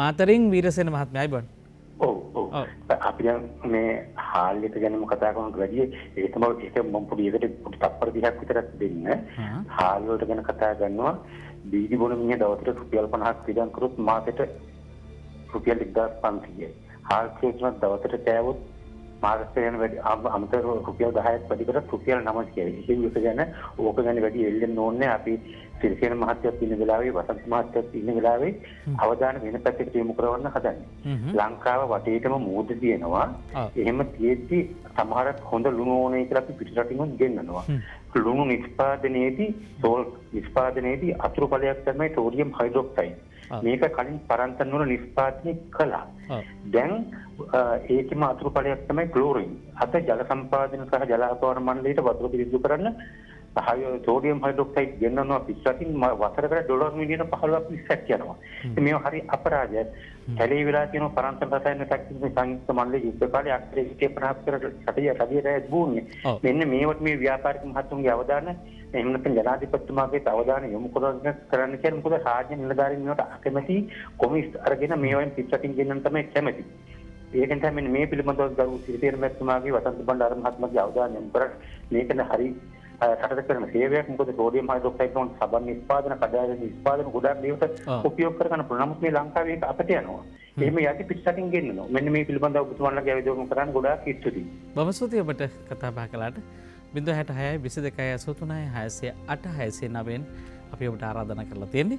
වසන්ත බණ්ඩාර මහත්මයා ඔබ කලින් ප්‍රකාශ කළා දැන් මේ වෙළඳපොළ හැසිරීම ඇතුලේ මෙහි ඔබ නිතරම කියන මිල විකෘතියක් තියෙනවා. ඒක හිතාමතා කරන කාරණයක්. ඒ විකෘති කිරීමේ ක්‍රියාවලිය කිසියම් දේශපාලනික ආර්ථික ක්‍රියාවලියක අත්උදව්වෙන් සිදුවෙන එකක්. හැබැයි ඒ හා සම්බන්ධව ඍජුවම ආහාර කාරණයට මේ පාම්පිටි මාෆියාව පිළිබඳව නිතර කතා කරනවා. මම කැමති ඒක ඇයි එසේ කියන්නේ? ඒක ඇත්තට මෙහෙම එකක්ද තියෙන්නේ මේ සහල් වලට මුවා වෙලා සහල් පැත්තේ දෙක තියෙන්නේ පාම්පිටි පැත්තේද? කොහොමද ඒකම අපි විසඳගන්නේ? ඔව් මෙහෙමයි. දැන් මෙතුමා කියන කාරණේ මම එහෙමම පිළිගන්නේ නැහැ. දැන් මෙතුමා සාධාරණව යුක්ත සාගතව මම මගේ වැඩේ කරන්නේ මම ඉදිරිය බලාගෙන යන්නේ කියලා හිතලා එතුමා ඒක කරගෙන යනවා. එහෙම හිතන එකේ වරදක් නැහැ. හැබැයි එහෙම සුන්දර වෙළඳ පොලක් නෙවෙයි මේ තියෙන්නේ. මේ වෙළඳ පොළ දඩිසේන මහත්මයාට ශක්තිය තියෙන නිසා එතුමාට ඒ කර්මාන්තය ඇතුලේ පවතින්න පුළුවන්. හැබැයි අපේ දේශීය ව්‍යාපාරිකයෝ එහෙම එක කර්මාන්තයකට කොටු වෙන්න නෙවෙයි ඒ තව කර්මාන්තවලට යොමු වෙන්න ඕන වෙනත් ව්‍යාපාරවලට යන්න ඕන අපේ දේශීය ව්‍යාපාරිකයෝ එතනට ගේන්න ඕන. හැබැයි මේ වෙළඳ පොළ ඇතුලේ දැන් මෙතුමාම කියපු කාරණේ කිරිපිටි. එතකොට මේසා මුදලක් ඇමරිකන් ඩොලර් 400ක විතර මුදලක් ග්‍රාමීය ආර්ථිකයට යන්න තියෙන සල්ලි අපි පිටරටට යවලා කිරිපිටි ආනයනය කරනවා. ඒතර මේක නිකන්ද වෙන්නේ. එතකොට ආරිශීල වික්‍රමනායක මහත්මයා අර තමන් ජීවිත කාලයක් අම්බ කරපු සල්ලි රුපියල් බිලියන 3000ක් විතර වේදම් කරලා අර කිරිපිටි කර්මාන්තශාලාවක් හදලා අර ලීටර් ලක්ෂ 2ක් මිලදී ගන්නවා. ගොවියට ඒක ගත්තේ නැත්නම් ගොවියට කිරි විසි කරන්න වෙනවා මහපාරේ. එතකොට ඒක කරගෙන යනකොට සද්භාවයෙන් කරා කියලා එතුමාට පවතින්න පුළුවන්ද? බෑ. මොකද්ද හේතුව? මේ රටට පිටරටෙන් ආනයනය කරන බාල කිරිපිටි 130කට වැඩිය පාම් තෙල් දාපු කිරිපිටි ඉතා අඩු මිලට ගේන්න ඉඩ දීලා තියෙනවා. ඉතා අඩු මිලට ගේන්න ඉඩ දීලා තියෙනවා. පසුගිය රජයෙන් ඒ බදු මුදල් පනවල තිබුණු බදු රුපියල් 225කට තිබුණු බදු කිලෝ එකකට රුපියල් 2 දක්වා අඩු කරා. රුපියල් 223කින් අඩු කරා. ඒතර දල වශයෙන් ඒ සමාගමට ලැබුණු වාසිය මිලියන 10000ක්. ඒතකොට හිතන්න මිලියන 10000ක් උඩසාක්කුවේ දාගත්ත සමාගමකට කවද මිලදී ගන්න බැරි? සෞඛ්‍ය දෙපාර්තමේන්තුවේ නිලධාරී. දැන් මේ ඔක්කොම දාන නීති විරෝධී. හරි? වෙළඳුන්ට අයිතු කොමිස් දෙනවා. ඒ ආදී වශයෙන් සමස්ත වෙළඳ අර මිල විකෘතිය නිසා ඔවුන් ලබා ගන්න අයිතු ලාභයෙන් ඔවුන්ට පුළුවන් විශාල විකෘතියක් ඇති කරන්න. එතකොට දේශීය ව්‍යාපාරිකයට පවතින්න බෑ.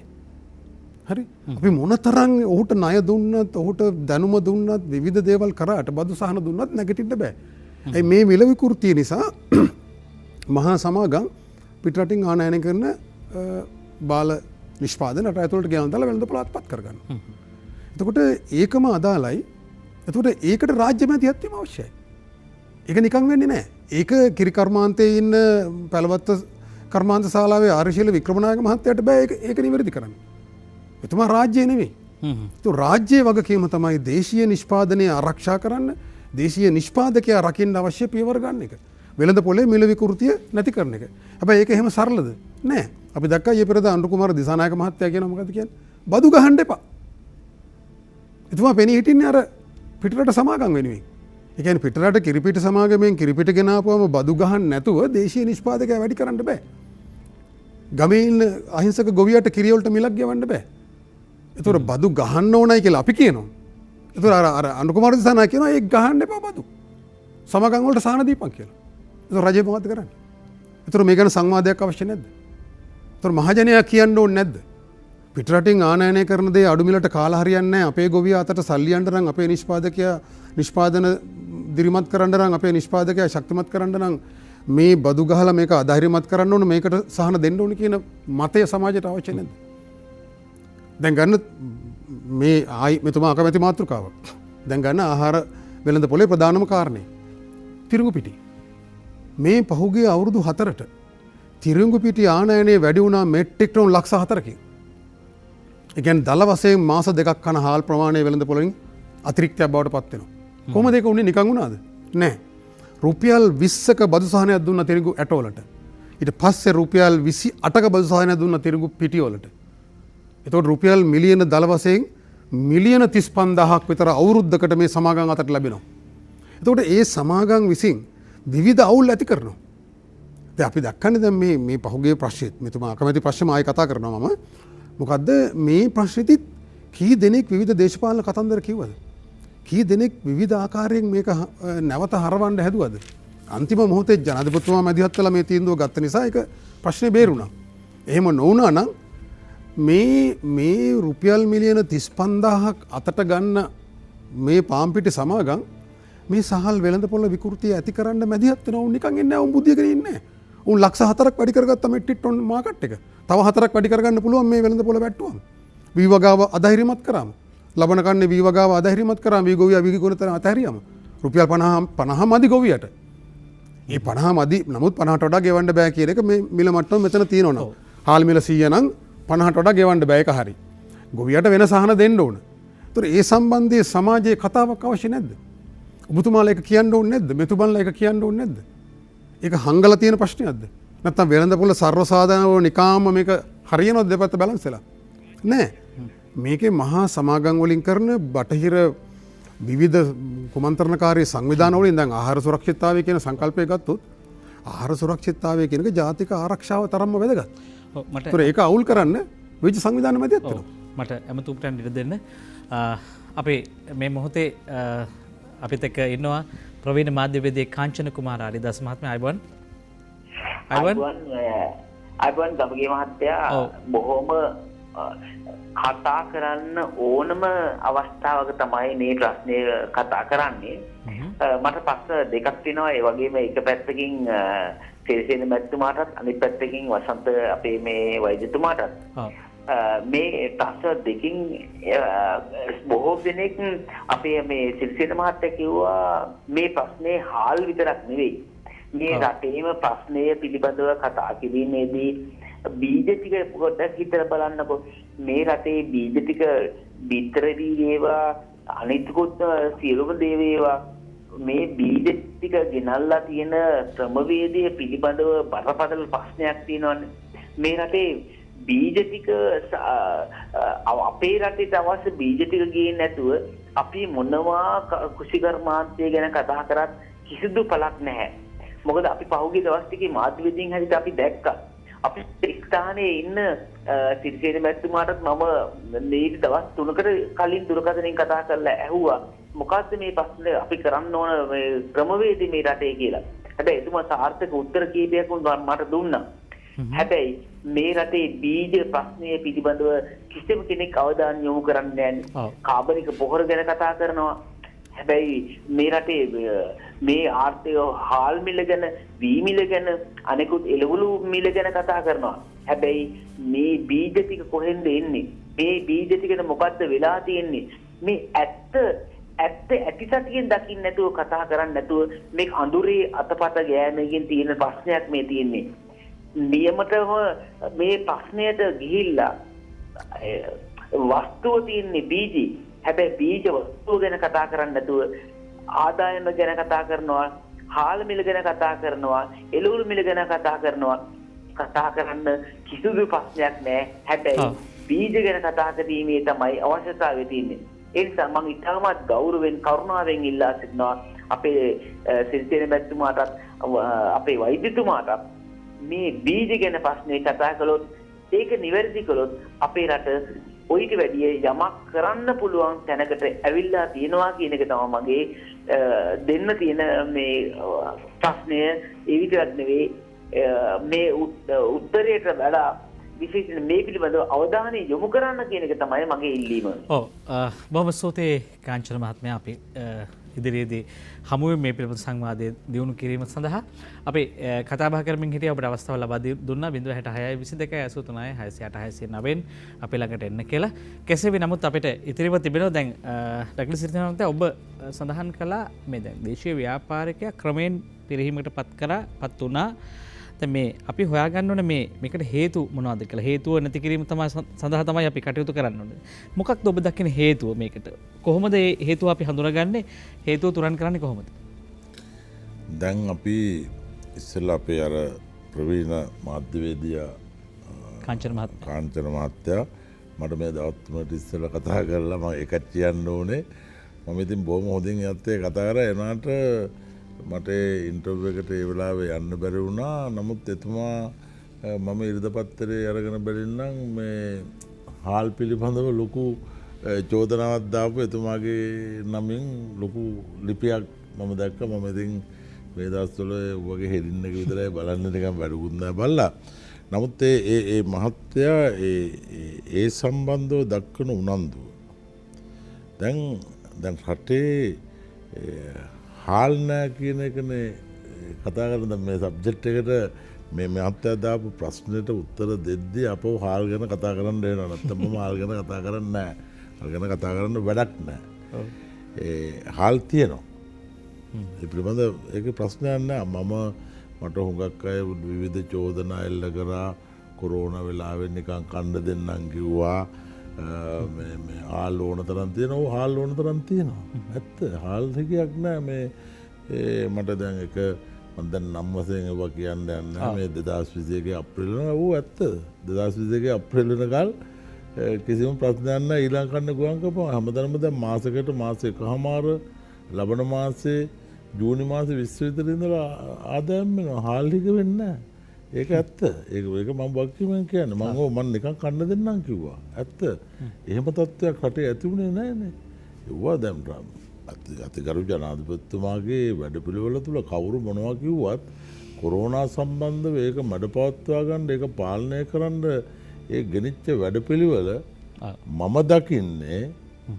මම දකින්නේ මේ කොරෝනා අවස්ථාවේ මුළු ලෝකෙම මේක පාලනය කරන්න වැඩිම මැදිහත් වුණේ සෞඛ්‍ය ක්ෂේත්‍රයට අති මහත් ශක්තියක් දුන්නේ ඒ රටවල් වල හමුදාව සහ පොලිසිය. නේද වශයෙන්. ඒකෝට අපේ වෙලාවට ඒ හා සම්බන්ධව මන අත්දැකීමක් පළපුරුද්දක් තියෙන නායකයෙක් හිටපු ඉඳ මේක මේ විදිය වුණා. මේක පොඩි අර ඊපෙරේදාර කුවයිට් වලින් ආපු ඒ ෆ්ලයිට් එකේ අපි අපේ සහෝදර ජනතාව ඇත්තටම යම් මේ වාද විවාද තිබ්බට අපේ රටේ මිනිස්සු අපිට හැදිලා මලත් ඒ මිනිස්සු ගෙන්නන්න ඕනේ. නැත්තම් කොහෙ යන්නද? ඒ මිනිස්සුත් යවනවා නම් අපි ඒක ගන්න ඕනේ. නමුත් ඒක වෙනම කතාවක්. නමුත් අර මහත්තයා ආපු ප්‍රශ්නේ දැන් අපිට චෝදනාව තිබ්බට ඔය කාල්වි සම්බන්ධව මම ගොවියන් වෙනුවෙන් මහත් සේවයක් කරන ලොකු වැඩපිළිවෙලක් කරලා තියෙනවා.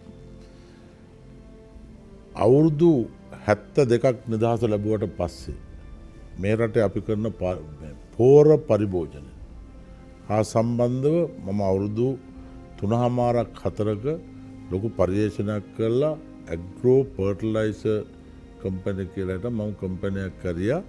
චීනය සහ පිලිපීන් රට සමග එකතු වෙලා ඒ තාක්ෂණයත් අරගෙන තමයි ඒ ෆැක්ටරි මේ හදන්න අපි තීන්දුව කරේ. ඒ ෆැක්ටරි අපි දැන් හදනවා. ඒක හදලා නිම වෙනකල් අපි ඒ රටෙන් ඒ ප්‍රමිතිය පොහොර මෙහාට ගේනවා.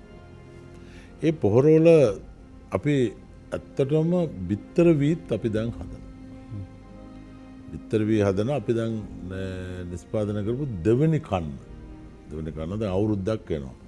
පොහොර අපි අලුවියට පටන් අරගෙන අවුරුදු 1.5ක් විතර වෙනවා. නමුත් ඔයා දන්නවද වසන්ත බණ්ඩාර මහත්තයා මේ කතාව මම විශේෂයෙන්ම මේ මාධ්‍ය ආයතනට එන්න හේතුවත් මේක විශේෂයෙන්ම ගොවි ජනතාව මේ ප්‍රදේශයේ උගක් මිනිස්සු මේකට සම්බන්ධ වෙන මිනිස්සු කොළඹ බලනවා නැත්නම් නේද අර මහත්තයා මාතරෙන් කතා කරේ. ඉතින් ඒ මේකට මම ආවේ දැන් මේ පොහොර පරිභෝජනය තුල අපි අවුරුදු 72ක් පරණ මේ පොහොර පරිභෝජනයේ තියෙන දුර්වලමකම රටේ දේශපාලඥයෝ විශේෂයෙන්ම ජනතාවගේ පුදුමාකාර දුකකින් දුක්ඛිත තත්ත්වයකින් කතා කරනවා මේ ආහාර සම්බන්ධව. ආහාර අවශ්‍යයි ලොකුයි තමයි. නමුත් ආහාර ප්‍රශ්න විසඳන්නට වැඩිය දේශපාලඥයා දුකෙන් හැඬු කඳුලෙන් ජනතාවගේ කතා කරන්න ඕනේ ජනතාවගේ ආර්ථික ශක්තිමත් වෙන වැඩපිළිවෙලක් තුළ. ඒ තුළ කන ප්‍රශ්නේ විසඳේ. ඒකට මේකට අඬන්න ඕනේ නැහැ. මේ ඇයි මේක එයාලගේ වාසියත එයාලගේ පැවැත්ම එයාලගේ ප්‍රචාරය ඒක තමයි හොඳම දේ. දුකම හිතන දේ තමයි එයාලගේ ප්‍රධාන අවිය. ඒක තමයි අපේ රටේ මේ කෙල වෙලා තියෙන වචන පාවිච්චි කරන්න වෙනවා මට. හරිද? නමුත් මේ පොහොර පරිභෝජනය තුල තියෙන தත්ත්වය තමයි වසන්ත බණ්ඩාර මහත්තයා මේ ගැන අපි පරීක්ෂණය පවත්වන ඒවට සහභාගී වෙලා පිලිපීන රටට ගියපු වෙලාවේ මට එතනදී එක පොහොර වර්ගයක් පෙන්වනවා මේ අපේ ගොවියෝ හොඳට මේක අහගන්න ඕනේ. අපේ විශේෂයෙන්ම ගොයන් සහ අපිට අවශ්‍ය එළවලු අපේ වෙනත් පොල් තේ ඒ සියලුම ඒ ගස්වලට මේ අපිට මිනිස්සුන්ට හැදෙන මානසික ආතතියම ඒ ගහටත් තියෙනවා. හැදෙනවා. ඒක වෙන්නේ දැන් අපිට මානසික ආතතිය මේ හැදෙන්නේ මේ අපිට තියෙන සමාජීය ආර්ථික ඒ ගැටලුත් එක්ක. විශේෂයෙන්ම දේශපාලන. හරිද? අපි ආතතියටපත් වෙන්නේ ඒකයි. බලාපොරොත්තු තියාගෙන ඉඳලා එව්වා කඩ වුණාම වැඩියෙන්ම අපේ බලාපොරොත්තු කඩ කරන්නේ ඒ අය. ඉතින් ඒ අපි ආතතියටපත් වෙන්නේ එහෙම. නමුත් විශේෂයෙන්ම සාකයක් ආතතියටපත් වෙන්නේ පවතින දේශගුණික සහ කාලගුණික තත්ත්වයේ අනුව තමයි ඒ ගහ ආතතියටපත් වෙන්නේ. ඒකේ ගහට පවතින කාලගුණික සහ දේශගුණික තත්ත්වයෙන් ගහට සිද්ධ වෙන්නේ ඒ බලපෑම තුළ ගහේ විටමින් අඩු වෙනවා. අවසාන නිෂ්පාදනයට බලපානවා. ඒ විටමින් අඩු වුණාට පස්සේ ඒ ගහ දුර්වල වෙනවා. ඕනෑම ලෙඩක් සම්බන්ධව දිලීරයක් විස බීජයක් ආපු ගාම දුර්වල අපේ ශරීරය උනත් දුර්වල නම් ඕන දෙයක් අපේ ශරීරයට විස බීජයක් ඇතුළු වීමේ ශක්තිය ප්‍රමාණය වැඩි. ඒ වගේ මේ ගහට ඒ පැත්තෙන් ගහ රෝගී වෙනවා. එක පැත්තකින්. මේ රෝගී තත්ත්වයක් එක්ක ඒකට ප්‍රතිකර්ම නොලැබීම තුළ මේකේ අස්වැන්න ඉතාමත් හිතාගන්න බැරි ප්‍රමාණයකට අඩු වෙනවා. අවුරුදු 72ක් තිස්සේ මේ රටේ අපි කතා කරනවා. හාල් ගැන කතා කරනවා දේශපාලනඥයෝ. හාල් ගැන හාල් මදි, හාල් මිල වැඩි කතා කරනවා. කවුද කතා කරන්නේ හාල් නිෂ්පාදනය වැඩි කරගන්න? ඒ ගොවියට ඒ ගොවියගේ නිෂ්පාදනය වැඩි කර ගැනීම සඳහා මම මේ කියපු දේ අතිශයින්ම අතිමහත් ප්‍රශ්නයක් මේ රටේ තියෙනවා. රටේ නිෂ්පාදනය වැඩි කිරීම තුළින් තමයි මේ ප්‍රශ්නට විසඳුමක් එන්නේ. හිගතාවය තුළ මිල වැඩිමයි. හිගතාවය තුළ මිල වැඩිමයි. සැපෙම ඉල්ලුම සැපෙම කතාව නැති. ඕක දැන් මට කියලා එපා වෙලා තියෙන එක දැන් මට මේ එපා වෙලා ඉල්ලුම හා සැපෙම කතාව. ඉතින් ඒක නිසා මේ රට තුළ ඇත්ත වශයෙන්ම නිෂ්පාදනය හාල් නිෂ්පාදනය වේවා වෙනත් නිෂ්පාදනයක් වේවා විශේෂයෙන්ම ආහාර සම්බන්ධව ඒ ගත්තාම අනිවාර්යයෙන්ම මේ කාලීනව පාවිච්චි කරන අති නවීන පොහොර වර්ග ඒවා කාබනික වෙන්න පුළුවන් ඒවා රසායනික වෙන්න පුළුවන් ඒවට මොනවා හරි ප්‍රමිතියක් රටේ තියෙනවා ජාතික පොහොර ලේකම් කාර්යාලය වැනි ආයතන කුසකර්ම අමාත්‍යාංශය ඒ තුලින් නිර්දේශිත ඒ පොහොර ඒවා සපයලා හිටන් මේ රටේ ආදායම වැඩි කරලා හිටන් අපි ඒ රටේ ආදායම වැඩි කිරීම තුල ඒ රටට අවශ්‍ය හාල් ටික හරි එළවලු ටික හරි ලැබෙනවා වාගෙම ඒ ආදායම වැඩි කිරීම තුළ ගොවියගේ ආර්ථිකය ශක්තිමත් වෙනවා ඔටෝමැටිකලි. නිෂ්පාදනය ගැන කතා කරන්නේ නැහැ. මේ ඔක්කොම කතා කරන්නේ මේ කන්න ටිකක් හේගුණාම අනේ මෙයාට කන්න නැහැ මේක අපි නම් හිටියානම් මෙහෙම කරනවා. ඒක එව්ව නෙවෙයි කරන්න ඕනේ රටේ දේශපාලඥයෝ මේක. දැන් මේක බලන්න මේ කොරෝනා මේ දැන් මේ මැතිවරණ ගැන මේ දේශපාලන මතය මම මේ ඒක දේශපාලන පක්ෂයකට පක්ෂව කතා කරනවා නෙවෙයි. මේක කියන්න ඕනේ. හරිද?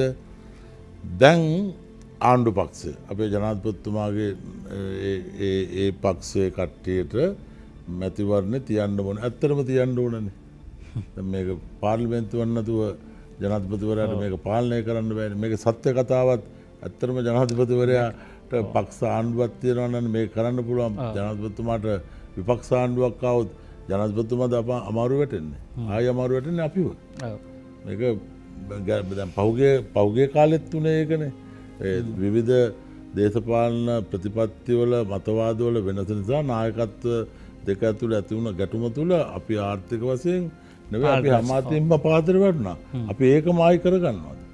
ඒක නිසා දැන් විපක්ෂයට ඔක්කොමට ආණ්ඩු පක්ෂයට මැතිවරණේ තියන්න අවශ්‍ය සේම සියලුම විපක්ෂයට අවශ්‍ය මැතිවරණේ කල් දානවා. මොකද්ද මේ දෙකෙන්ම මේ ප්‍රතිලාභයන් බලාපොරොත්තු වෙන්නේ? ඇයි මේ රටට අපිට ජනතාවට අපිට හානි කරලා මේ අපේ ප්‍රශ්නද මේ වාගේ දැන් මේ අපි හානියක් කරා මොකක් හරි කරයි කියලා හිටන් මේ කතා කරන එකද වැඩේ? මේක මේ මැතිවරණ සම්බන්ධව මේක කල් දාන එකෙන් බලාපොරොත්තු වෙන්නේ මොකද්ද? මේ රජයට තියෙන ඡන්ද ප්‍රමාණය අඩු වෙන්න.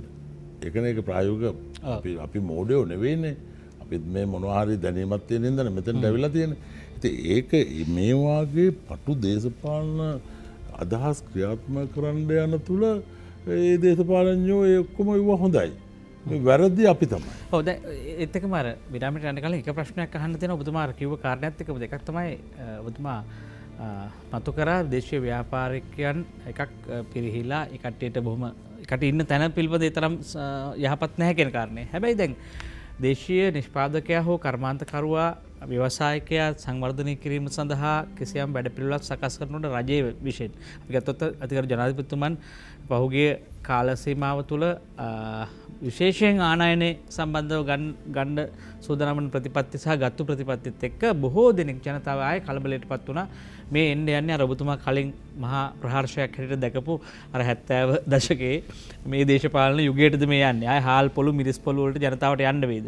ඛණ්ඩ නැති රටකටද මේ රට ගෙනියන්න යන්නේ කියලා ප්‍රශ්නයක් එනවනේ. එහෙම එකක් එන්නේ නැද්ද අපිට ඔය කියන මේ රටේ නිෂ්පාදන කරන්න පටන්ගෙන මෙහෙ ඔක්කොම නවත්තලා එවැනි අනතුරක් දකින්න නැද්ද ඔබතුමා කර්මාන්තකරුවෙක් හැටියට? නැහැ. ඒකෙදී අපි ඔය දැන් අපිට 70 ඒ කාල සීමාව ඇතුළත රටේ ඒ කරන්න හදපු ශීඝ්‍ර සංවර්ධනය තුල යම්කිසි ගැටලුවක් අඩුපාඩුවක් සිද්ධ වුණා නම් අපිට දැන් ඒක ගැන අත්දැකීමක් තියෙනවා. අත්දැකීම් තුලින් තමයි සියලු දේවල් විසඳ ගන්න පහසුම. ඔය පොතේ තියෙන දේෙන් ප්‍රශ්න විසඳන්න පුළුවන් නම් මාරි පහසුයිනේ. ඔය ඉගෙන ඉතින් දැනුගත් අය එව්ව ඇවිල්ලා කියලා හිටන් ඒ විදිහට ප්‍රශ්න විසඳනවා නම් මේ කිසි ප්‍රශ්නයක් නැහැ මේ සියලු දේවල් පටස් ගාලා විසඳ ගන්න පුළුවන්. එහෙම බෑ. අපේ ජීවිත අභියෝග ජය ගන්න නම් අනිවාර්යයෙන්ම අත්දැකීම් වලින් අපේ ගන්න ඒ ආදර්ශයේ දැනීම අන්න ඒකට මූලිකත්වයක් දෙන්න. ඒක එහෙම ප්‍රශ්නයක් තියෙනවා නේ. ඒක දැන් උතන ඔය හාල් පොළු දාපේකද මම ඒ කාලේ හොරෙන් හාල් අරගෙන යන එකට අපේ අම්මත් ඒ ගම්පහ පැත්තේ යන්න ඉතින් කෝච්චිය අපි සීට් එකකට තියාගෙන එහෙම අපි මම ගිනිලා තියෙනවා. ඒක ඉතින් මේ විකුණන්න නෙවෙයි. ඒ දවස්වල හිග තිබ්බ තත්ත්වෙද ඒ වාගේ තත්ත්වෙට දැන් යන්න ඕනේ. අනික දැන් ඒ තියෙන දැන් ලෝකයේ තියෙන දියුණු තාක්ෂණයේ ප්‍රවාහන ක්‍රමත් එක්ක මෙහෙ යම් දෙයක් හිගනම් දවස් දෙකෙන් ගේන්න බැරි ඕන දෙයක් කන දෙයක් එහෙම දැන් එව්ව ගැන අපි එච්චර හිතන්න ඕනේ. එහෙම තදබල ප්‍රශ්නයක් නම් ටක් ගාලා ඕඩර් කරලා ගෙන හැකිනේ. ඔබ දන්නවා සාමාන්‍යයෙන් මේ ගොවියෝ නිෂ්පාදන ශේෂ්ත්‍රය ඉඳලා ඔවුන් කරන නිෂ්පාදනය කරන එක. හැබැයි ගොවියෝ නොවන අය ගිහිල්ලා බීජ නෙවෙයි වගා කරන්නේ. විවිධ මත වගා කරනවා ගොවීන්ගේ ඉඩම්වල. එතකොට ගොවියා ගැටෙන්නේ නිෂ්පාදනයක් නෙවෙයි අර මතත් එක්ක. ඒ නිසා දේශපාලනික වශයෙන් ගොවියෝ අවුල් කරන සංවිධානාත්මක වැඩ පිළිවෙළවල් පවා තියෙන බව අපි ඔබට මතක් කරනවා. අපි යනවා තවත් ඇමතුමකට. අයිබෝන් ඔබට. අයිබෝන් ජයසේකර මහත්මයා. ඔව් ඇත්තටම මම ඔයගොල්ලන්ට ඉස්සුවන්ත වෙනවා. ඔව් මේ ව්‍යාපාරික දේශීය ව්‍යාපාරික මහත්මයාගේ මේ වගේ වැඩසටහන් කිරීම ගැන ඇත්තම දඩසිරින මහත්මයා මම දැනගත්තේ මේ හාල් නිෂ්පාදනය කරන විතරයි. අද මම දැනගත්ත පොහොර ඉතින් විතර මේවා කරනවා කියලා. ඉතින් ඇත්තටම අපි දැනගන්න ලැබීමත් බොහොම සන්තෝෂ වෙනවා. දේශීය ව්‍යාපාරිකයෝ මේ වගේ දේවල් කරන්නේ ගැන. දේශපාලඥයන්ට නම් ඕන දෙයක් කියන්න පුළුවන්. එයාගේ මල්ලතර කරගන්න. ඔබතුමා සැලෙන්න එපා. ඇත්තම දේශීය ව්‍යාපාරිකයන් කරන දේ අපි අගය කරන්න ඕන. මම හිතන්නේ වෛද්‍ය පාදිනී මහත්තයා මම දැක්ක වැඩසටහනකදී ටීවී වැඩසටහනදී එතුමත් ප්‍රකාශ කරා අපි දේශීය ව්‍යාපාරිකයෝ ආරක්ෂා කරන්න ඕන කියලා. අපි ජනතාව දන්නවා මොකද්ද මේ වෙන්නේ. කොමිස් ගන්නවා තමයි විදේශ රටවලින් බඩු ගේනකොට හැම කෙනාම දැන් දන්නවා. දේශපාලඥයෝ කියන කට්ටිය අපි හොඳට අඳුරනවා. ඒ ඔබතුමාලා වගේ කෙනෙක් ඔබතුමාලා වගේ කට්ටිය මේ ලංකාවට ඉඳීමත් සන්තෝෂයක්. මේ අවස්ථාව ලබා දෙන බොහොමත්ම ස්තුතියි. බොහොම ස්තුතියි ඔබතුමන්ට. ඔබ ඉක්මනින් නින්නාද සජීවී සංවාදයේ සමග තවත් අපිට කෙටි විරාමයකට යන්න සිද්ධ වෙලා තියෙනවා. හැබැයි ඔබ හැම මොහොතෙම කල්පනා කළ යුතුයි ඔබ උගතුන් ගැන විශ්වාස කරන කාලයක්, ඇතැම් වියතුන් ගැන විශ්වාස කරන කාලයක්. හැබැයි ඉතිහාසයේ මේ රාජ්‍ය ආන්ත්‍රණයට පිටිපස්සෙන් ආයතනවල නිලධාරීන් මුල් පුටුවල හිටපු අය හැබැයිම උගත්තු නෙවෙයිද? ඒතකොට මේ උගතුන් මේ රටට හානි කළේ නැද්ද? ඇතැම් අපි දුටුවා මිනිසුන්ගේ වකුගඩුව පවා හොරකම් කරන වෛද්‍යවරු ලංකාවේ අපි දුටුවා. සාමාන්‍ය කෙනෙකුට කරන්න බෑ. එයා වෛද්‍ය වෘත්තිය හොඳට ඉගෙන ගත්ත කෙනෙක් වෙනවා. ඒ නිසා මේ අපේ චින්තනය අපි මිනිසුන් පිළිබඳව හිතපු විදිහ පවා වෙනස් කරන්න. ඒ නිසා නිලධාරි පැලැන්තිය පිළිබඳවත් උගතුන් යයි කියා ගන්න ඇතැම් මිනිසුන් පිළිබඳවත් අපිට යලි යලි හිතන්න වෙනවා මේ කාරණය ඇතුලේ. අපි ගිහලා එනම් තවත් කෙටි විරාමයකට රැඳී සිටිමු.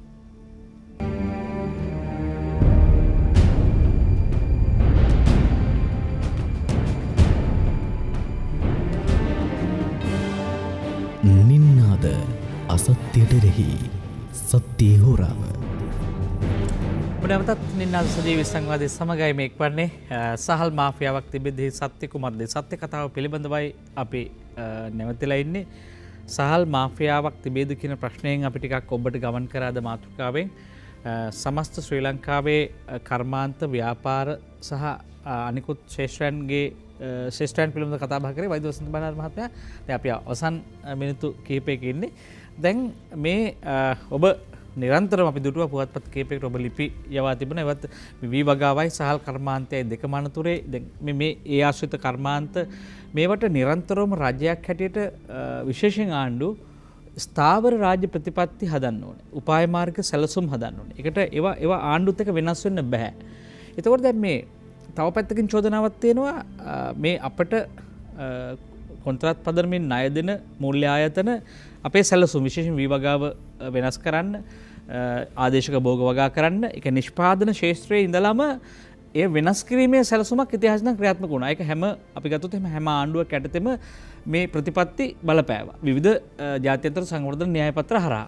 ඒකෝ දැන් අපිට මේ ලැබෙන යෝජිත මැතිවරණයක් තියෙනවා ජනාධිපතිවරණයෙන් පසුව දැන් මේ ආණ්ඩුව හදාගන්න ඕන මේ මොහොතේ අපි ඉන්නේ හොඳම වෙලාව.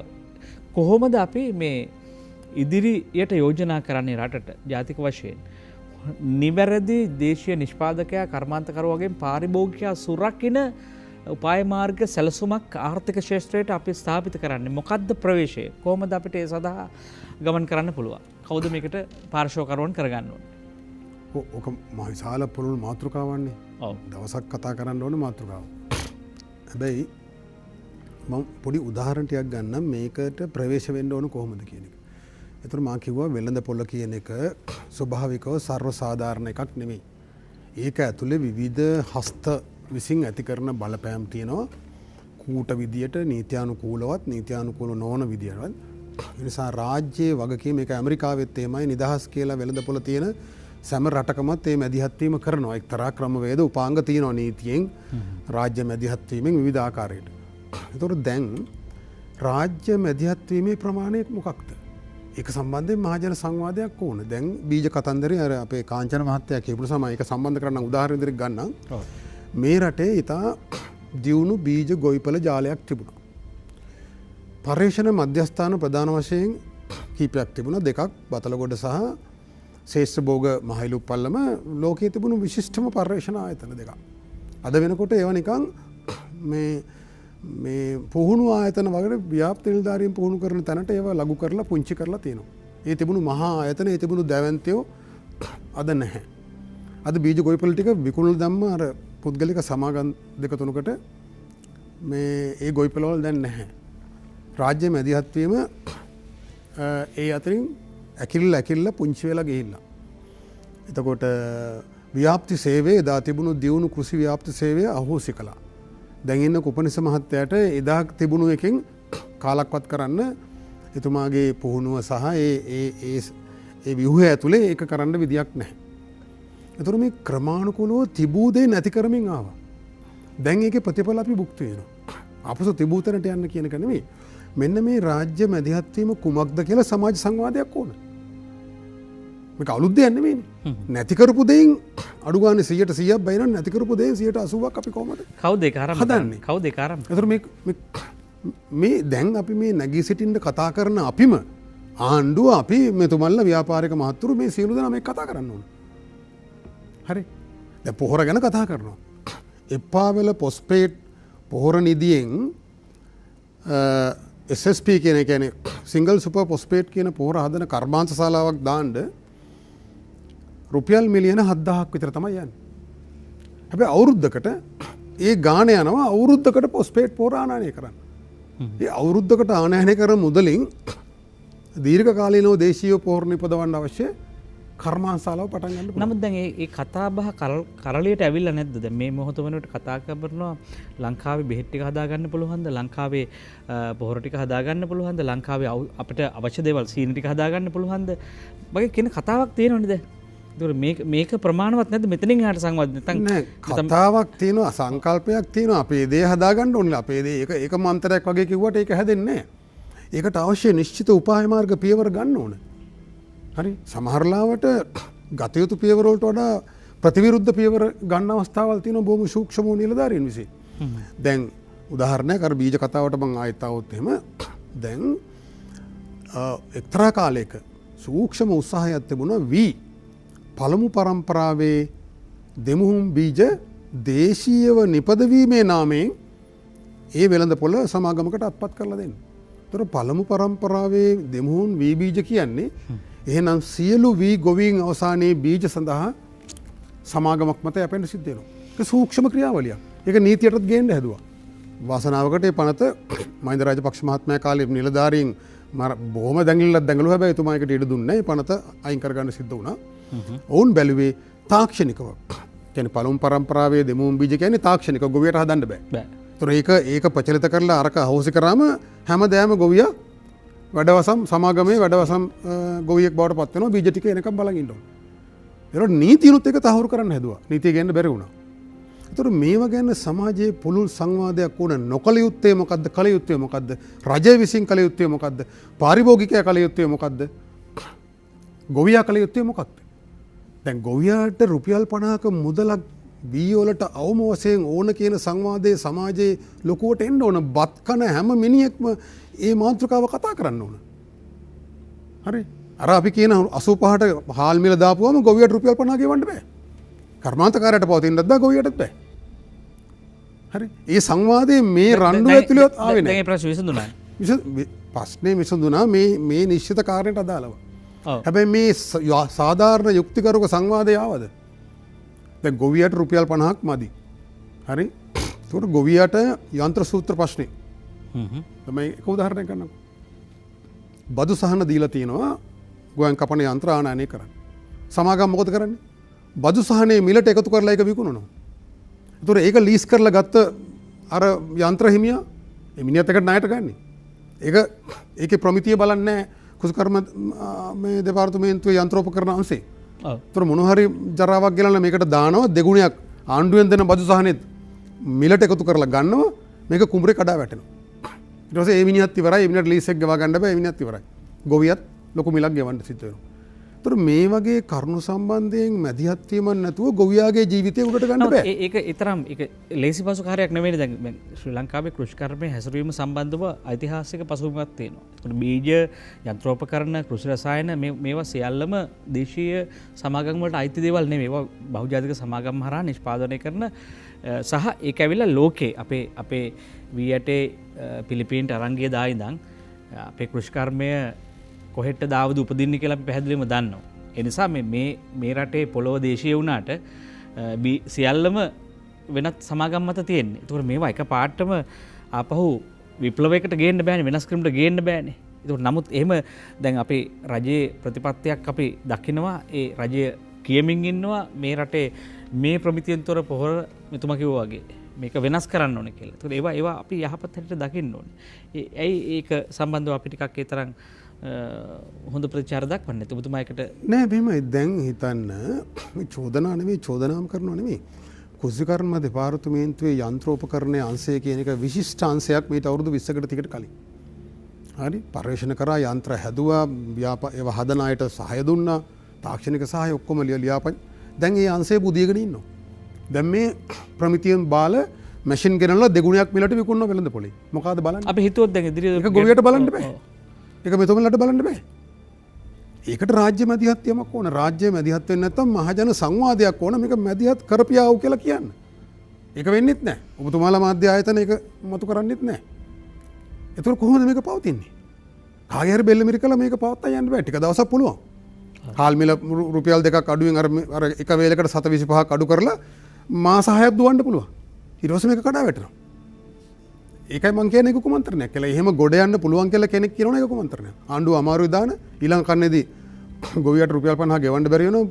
කුඩා පරිමාණ මෝල් 2000ක් තියෙනවා. මෙතුමා ඇතුළු මහ පරිමාණ ව්‍යාපාරිකයන්ට කොහොම හරි රැඳෙන්න පුළුවන්. නමුත් දැන් ශක්තිය තියෙනවා. අපිට ප්‍රශ්නයක් තියෙන්නේ දැන් ජනාධිපතිවරයා වෙනස් වුණාට අපිට ආණ්ඩුව හදා ගැනීමට තිබුණු ඉඩකඩ නැති කරා මේ වසංගතයක් ඇවිල්ලා. හැබැයි ඊට මෙහා තියෙන දේශපාලනයේ තියෙන මත ප්‍රචාරය කිරීම සහ දේශපාලනය විසින් අපිව ඇත්තම කිව්වොත් කැලේ යවනවා සමහර කතාවලදී. ඒකට අපිට වෙන්නේ නිශ්චිත රටක් හදා ගැනීමේ තියෙන ඉඩකඩ අහිමි වෙනවා. ජනතාව මේ සංවාද පැහැදිලි කරගත්තේ නැත්නම් අපි කාගේ හරි කරේ වහලා පිටේ වහලා කොහෙද ගිහිල්ලා තියෙනවා. ඒ නිසා මේ ජනතාව බොහොම පැහැදිලිව තේරුම් ගත යුතුයි මේ වෙලාවේ වසවිස නොකන්න. අර අපි කොරෝනා උදාහරණයක් ගත්තොත් එහෙම වෙන විස බීජ තමන්ගේ ඇඟට නොගන්න. එතකොට තමයි මේ ලෙඩෙන් ආරක්ෂා වෙන්නේ. ඉතින් ඒකට මේ පංචේන්ද්‍රයන් වලින් ඔබ ඉන්ද්‍රියන් වහගෙන ඉන්නේ දෙකයි.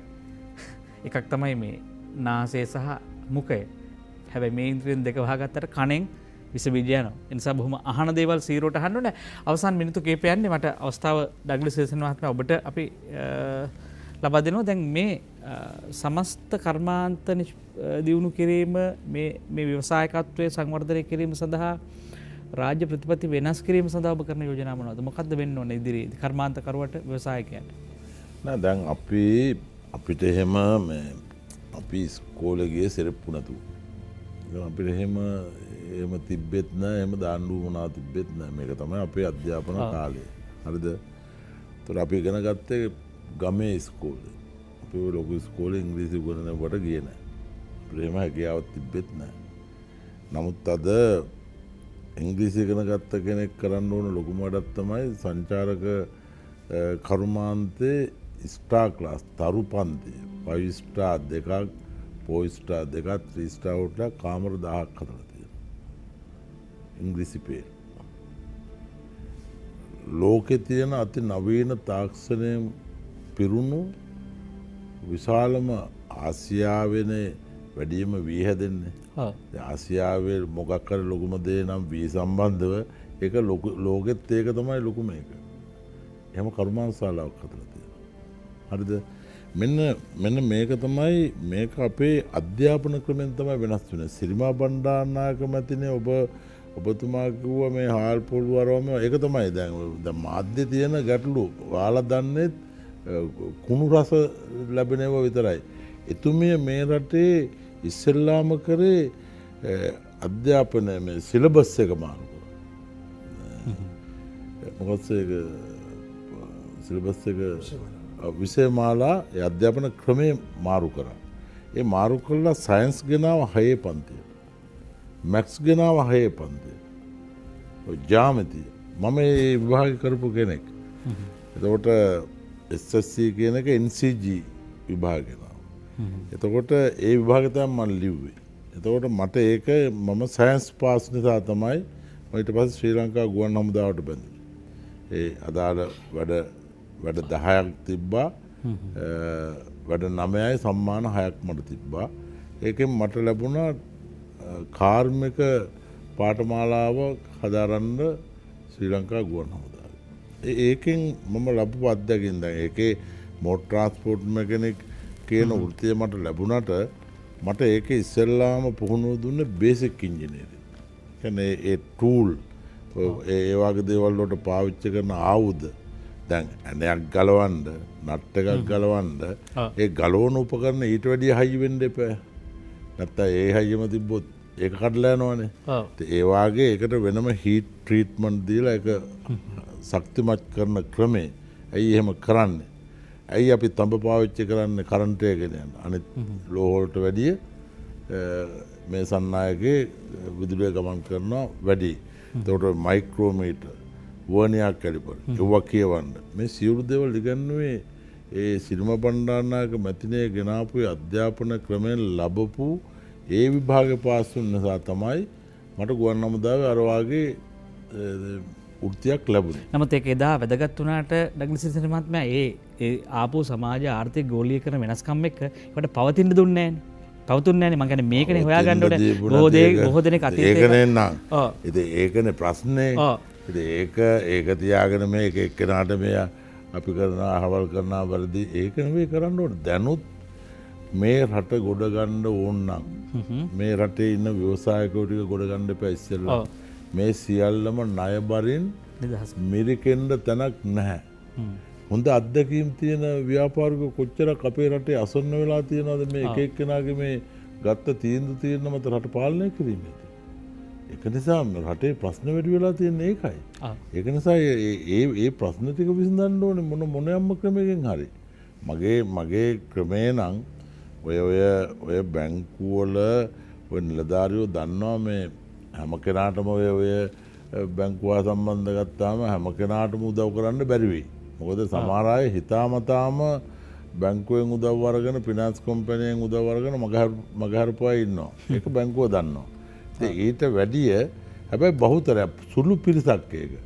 බහුතරයක් මේ රටේ පාලන ක්‍රමයේ තුල ඇති වුණු යම් සිද්ධි හින්දා මම ඉතා වාක්‍යයෙන් කියන්නේ. ඔය මහ බැංකු සිද්ධිය.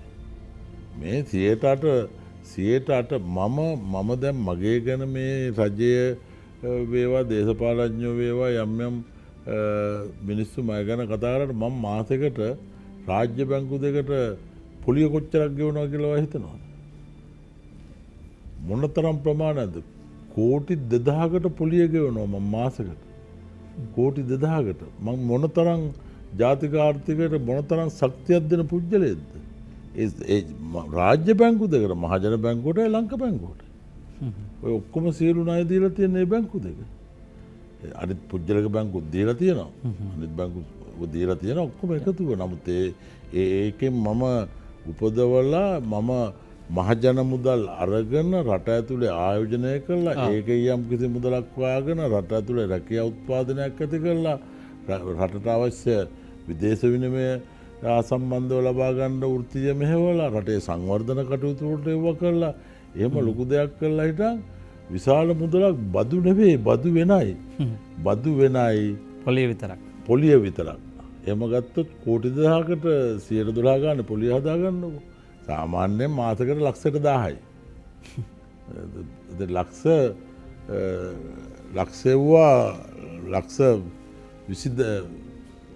20000ට වැඩි මට ඒක ටිකක් අමාරුවේ ගන්න දැන් ලක්ෂ බිලියනයකට ලක්ෂ 1000යි මිලියන 1000යි ලක්ෂ 10000යි ලක්ෂ 10000ව 20ක් ලක්ෂ 20000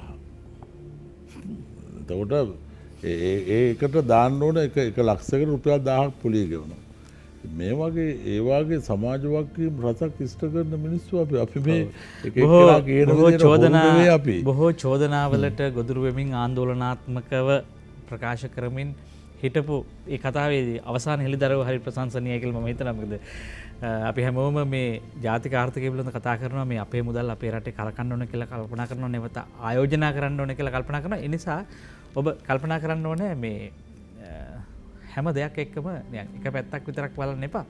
මොකද අපිත් අර ඔබතුමා කලින් කිව්වගේ අපි මාධ්‍ය විදිහින් හිටින මාධ්‍යයක් හිට අපි බොහෝ විට බොහොම ජනතාව ඉදිරියේ ජනතාව අපිට මේ පිළිබඳ වැරදි නම් වැරදිකයි අපි කුණු අවසන කට්ටිය සහ කුණු රසය හොයන කට්ටිය නෙවෙයි බොහොම සාරවත් දේවල් අරගෙන සාරවත් දෙයක් ජනමනසට දුන්නොත් තමයි සාරවත් මිනිහෙක් හැදෙන්නේ. අපි හිතලා ඉන්නවා මිනිස්සුගේ තැන් දෙකයි දිනු කරන්න තියෙන්නේ ඔළුව සහ පපුව. ওই තැන් දෙක වල් වැදුනොත් එහෙම සතෙක් හැදෙන්නේ. ඒ නිසා අපි සතා හදන මාධ්‍ය භූමිකාවේ නෙවෙයි ඉන්නේ. අපි මනෝභාවයන් එක්ක මිනිසුන් ගනුදෙනු කරන්නේ. ඒ නිසා බොහොම සාරවත් දේ පෙරලා අපි ජනතාවට දෙන්නේ වසර ගණනාවක් අපේ මෙහෙවර එයයි කියන එක මතක් කරමින් ඔබතුමාගේ මේ තව මිනිත්තු කිහිපයක් මම මිනිත්තුවක් දෙන්නම්. ඇත්තටම මේ රටේ පාරිභෝගිකයන් ඉන්නවා එතකම අපේ කර්මාන්තකරුවන් ඉන්නවා නිෂ්පාදකයන් ඉන්නවා. මොකද්ද කියන්න තියෙන්නේ කෙටිම පණිවිඩේ හෙට දිනන්න හෙට ජය ගන්න මොකද්ද ඔබතුමාට දෙන්න තියෙන පණිවිඩේ? ඔව් දැන් අර ඔබතුමා පොඩ්ඩක් සංවේදී වුණා වගේ අර මාධ්‍ය පිළිබඳව මම කරපු කතාවද ඒකට සමා වෙන්න. මොකද නමුත් අද මාධ්‍යට රටේ මාධ්‍යට මහ විශාල වගකීමක් තියෙනවා මේ රට කොට ගන්න. ඇත්තටම දැන් මේ ඕනෑම දෙයක් බලපුවම මේක ජනාධිපති කෙනෙක්ම පුජ්‍යලක දෙයක් වගේ තමයි ඔක්කොම කතා කරන්නේ. එතුමාට විතරක් පුළුවන් ද මේක කරන්න? මේ අපි ඔක්කොම එකතු වෙන්න ඕනේ. අපේ නායකත්වයේ විතරයි එතන. ගෝඨාභය මහත්තයා නැත්තම් වෙන පක්ෂයක කෙනෙක් ආවොත් ඒත් අපේ නායකත්වයේ විතරයි. අපි ඔක්කොම එකතු වෙලා ඒ නායකත්වයත් එක්ක වැඩ කරන්න ඕනේ මේ රට කොට ගන්න. ඒකද මාධ්‍යයටත් සුවිශාල සේවයක් තියෙනවා. නමුත් අද මාධ්‍යයේ තියෙන ඒ ගැළපීම පිළිබඳ ප්‍රශ්න තියෙනවා. අනිවාර්යයෙන්ම. ඔව් ඒක නිසා මොකද මාධ්‍ය තමයි සංවේදනීය වෙන්නේ ජනතාවට කෙලිම. පණිවිඩය ගෙනියන්නේ යාලා. එතකොට ඒ නිතර මේ මතයේ ගෙනියන මතයේ පිළිබඳ වගකීම මාධ්‍ය ගන්න ඕනේ. එහෙම නැතුව මේක කරන්න බෑ. නමුත් රටක් වශයෙන් අපි විශේෂයෙන්ම රටක් වශයෙන් අත්දැකීම් ඉගෙනගත්ත මිනිස්සුන්ට මං ඒ අඩුතක් සේරුවක් කරනවා නෙවෙයි. අපිටත් සර්ලා අපේ ගුරුවරු අපිට උගන්වපු හින්දානේ අපි අද මෙතන ඉන්නේ. නමුත් ඒ ඉගෙනීම තුලින් අත්දැකීම් සම්භාරයක් ලබාගත් කොටස තමයි ව්‍යවසායකයා වෙන්නේ. ඉගෙනීම තුලින් මූලික අධ්‍යාපනය ලැබපු කෙනා තමයි ව්‍යවසායකයෙක් වෙන්නේ. අන්නේ ව්‍යවසායකයා ගොඩනගන වැඩපිළිවෙලක් තුලින් තමයි රටක් ආර්ථික වශයෙන් ශක්තිමත් කරන්න පුළුවන්. ඒ පුජ්‍යලයා ශක්තිමත් කිරීම තුළින් රටේ ජනතාවට ඒ රැකියා උත්පාදන කිරීම රටේ නිෂ්පාදන ඇති කිරීම අඩුවෙන් ඒ අඩුමෙල්ට බඩු ලබා දීම සියලු දේවල් කරන්න පුළුවන් ඒ තුලින්. එහෙමනම් මම කියනවා මගේ අවසාන යෝජනාව වශයෙන් මේ රට ගොඩ ගැනීම සඳහා විශේෂයෙන්ම මේ රටේ ව්‍යවසායකයන් විශාල ප්‍රමාණයක් හැකි උපරිම ප්‍රමාණයක් නිර්මාණය කිරීමට මේ රටේ දේශපාලනය කරන සියලුම දේශපාලන නායකයෝ එකතු වෙලා ඔවුන්ගේ පාලන කාලය තුල ඔවුන්ගේ දේශපාලන ක්‍රියාවලිය තුල ඒකට නායකත්වයේ මූලිකත්වය දෙන්න කියන කාරුණික ඉල්ලීම රටක දේශපාලනය කරන සියල්ලම දේශපාලඥයන්ගෙන් මා විශේෂයෙන් මේ අවස්ථාවේ ඉල්ලා සිටිනවා. දෙල්ලීමක් හෙට දවසේ හිතන්න ඔබ රුපියලක් හරි රට හම්බ කරන්න ඒ වගේම මේ රුපියලක් හරි හම්බ කරන කෙනෙකුට ශක්තියක් වෙන්න අත්වලක් සපයන්න ඒ දේශපාලඥයන් අදාළ ප්‍රතිපත්ති සම්පාදක නිලධාරීන් වගේ යුතු කියන විශ්වාසය පසත් බණ්ඩාර මහත්මයා මිනිත්තුවක් දෙන්නම් සංවාදය ආරම්භ කරන්න මේ අවසන් කරන්න ආරම්භ කළා වගේම අවසන් කරන්න මම මෙතුමා කියපු එකෙන්ම මම ඒකට එකතු කිරීමක් කළා අවසන් කරන්න කැමතියි. දැන් ව්‍යවසායකයන්ට අවස්ථාව මා කිව්වා 120යි මේ රටේ දල ජාතක නිෂ්පාදකයන් කුඩා හා මධ්‍යම පරිමාණ අය දායකත්වය දෙන්නේ. දැන් සහල් කර්මාන්තය ගත්තත් මහා පරිමාණ මෙතුමන්ලා 125ක් විතර සහල් වෙළඳපොළ සපයනවා. ඉතුරු 175 මේ කුඩා අතන මෙතන ඉන්න කුඩා මෝල් ප්‍රමාණයක් 2000ක් විතර පිරිස තමයි මේ වෙළඳපොළේ ඉන්නේ.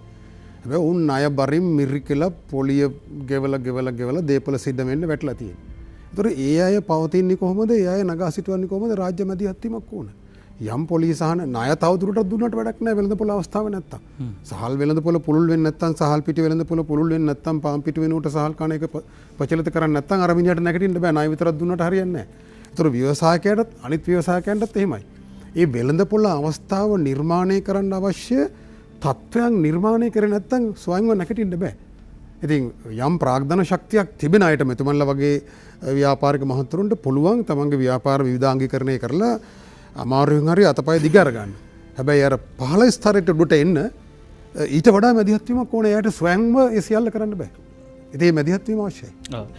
මෙතුමන්ට තව මිනිත්තුවක් කාලයක් අපේ අවස්ථාව ලබා දෙනවා ඔබතුමාගෙන් කතා කරන්න පුළුවන්. රටේ ව්‍යවසායකයෝ ගොඩනගීම සඳහා විශේෂයෙන්ම ඒ අපිට අවශ්‍ය මූලික ඒ ක්‍රමවේද අපි තෝරාගෙන මොනවද වෘත්තීය මොනවද කර්මාන්ත කියලා තෝරාගෙන ඒකට විශේෂයෙන්ම අද රටේ මොනතරම් දක්ෂව හිටියත් මුදල් නැහැ.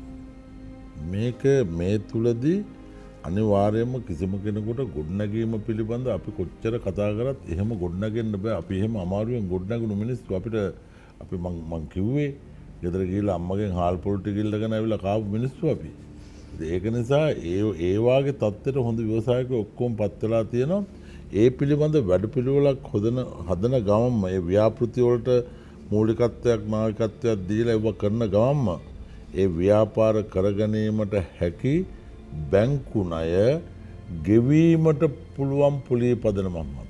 ගෙවීමට පුළුවන් පොලිය පදනම. මොකද බැංකුවේ තියෙන්නේත් මේ අපි හිතාගෙන ඉන්නේ මේ රජයේ සල්ලි කියලාට නෑ. ඒ තියෙන්නේත් මහජන මුදල්. ඉතින් ඒකට ගැළපෙන පොලිය අනුපාතයක් යටතේ මේ රටේ ව්‍යවසායකයෝ ඒ දිරි ගන්නන පණ ගන්නන වැඩපිළිවෙලක් තුලින් මේ රටේ තියෙන මම හිතන්නේ ප්‍රශ්න වලින් 90%කට විසඳුම් හොයාගන්න පුළුවන් කියන එක තමයි මගේ අත්දැකීම් තුළ මට රටේ ජනතාවට කියන්න පුළුවන්. බොහොම ස්තුතියි අරලේ සහල් ව්‍යාපාරයේ අධිපති ඩග්ලිස් සිරිසේන මහත්මයා. ඔබ ආරාධනා කීපයක් අපි කරා බොහොම නිහතමානීව පිළිගත්තා.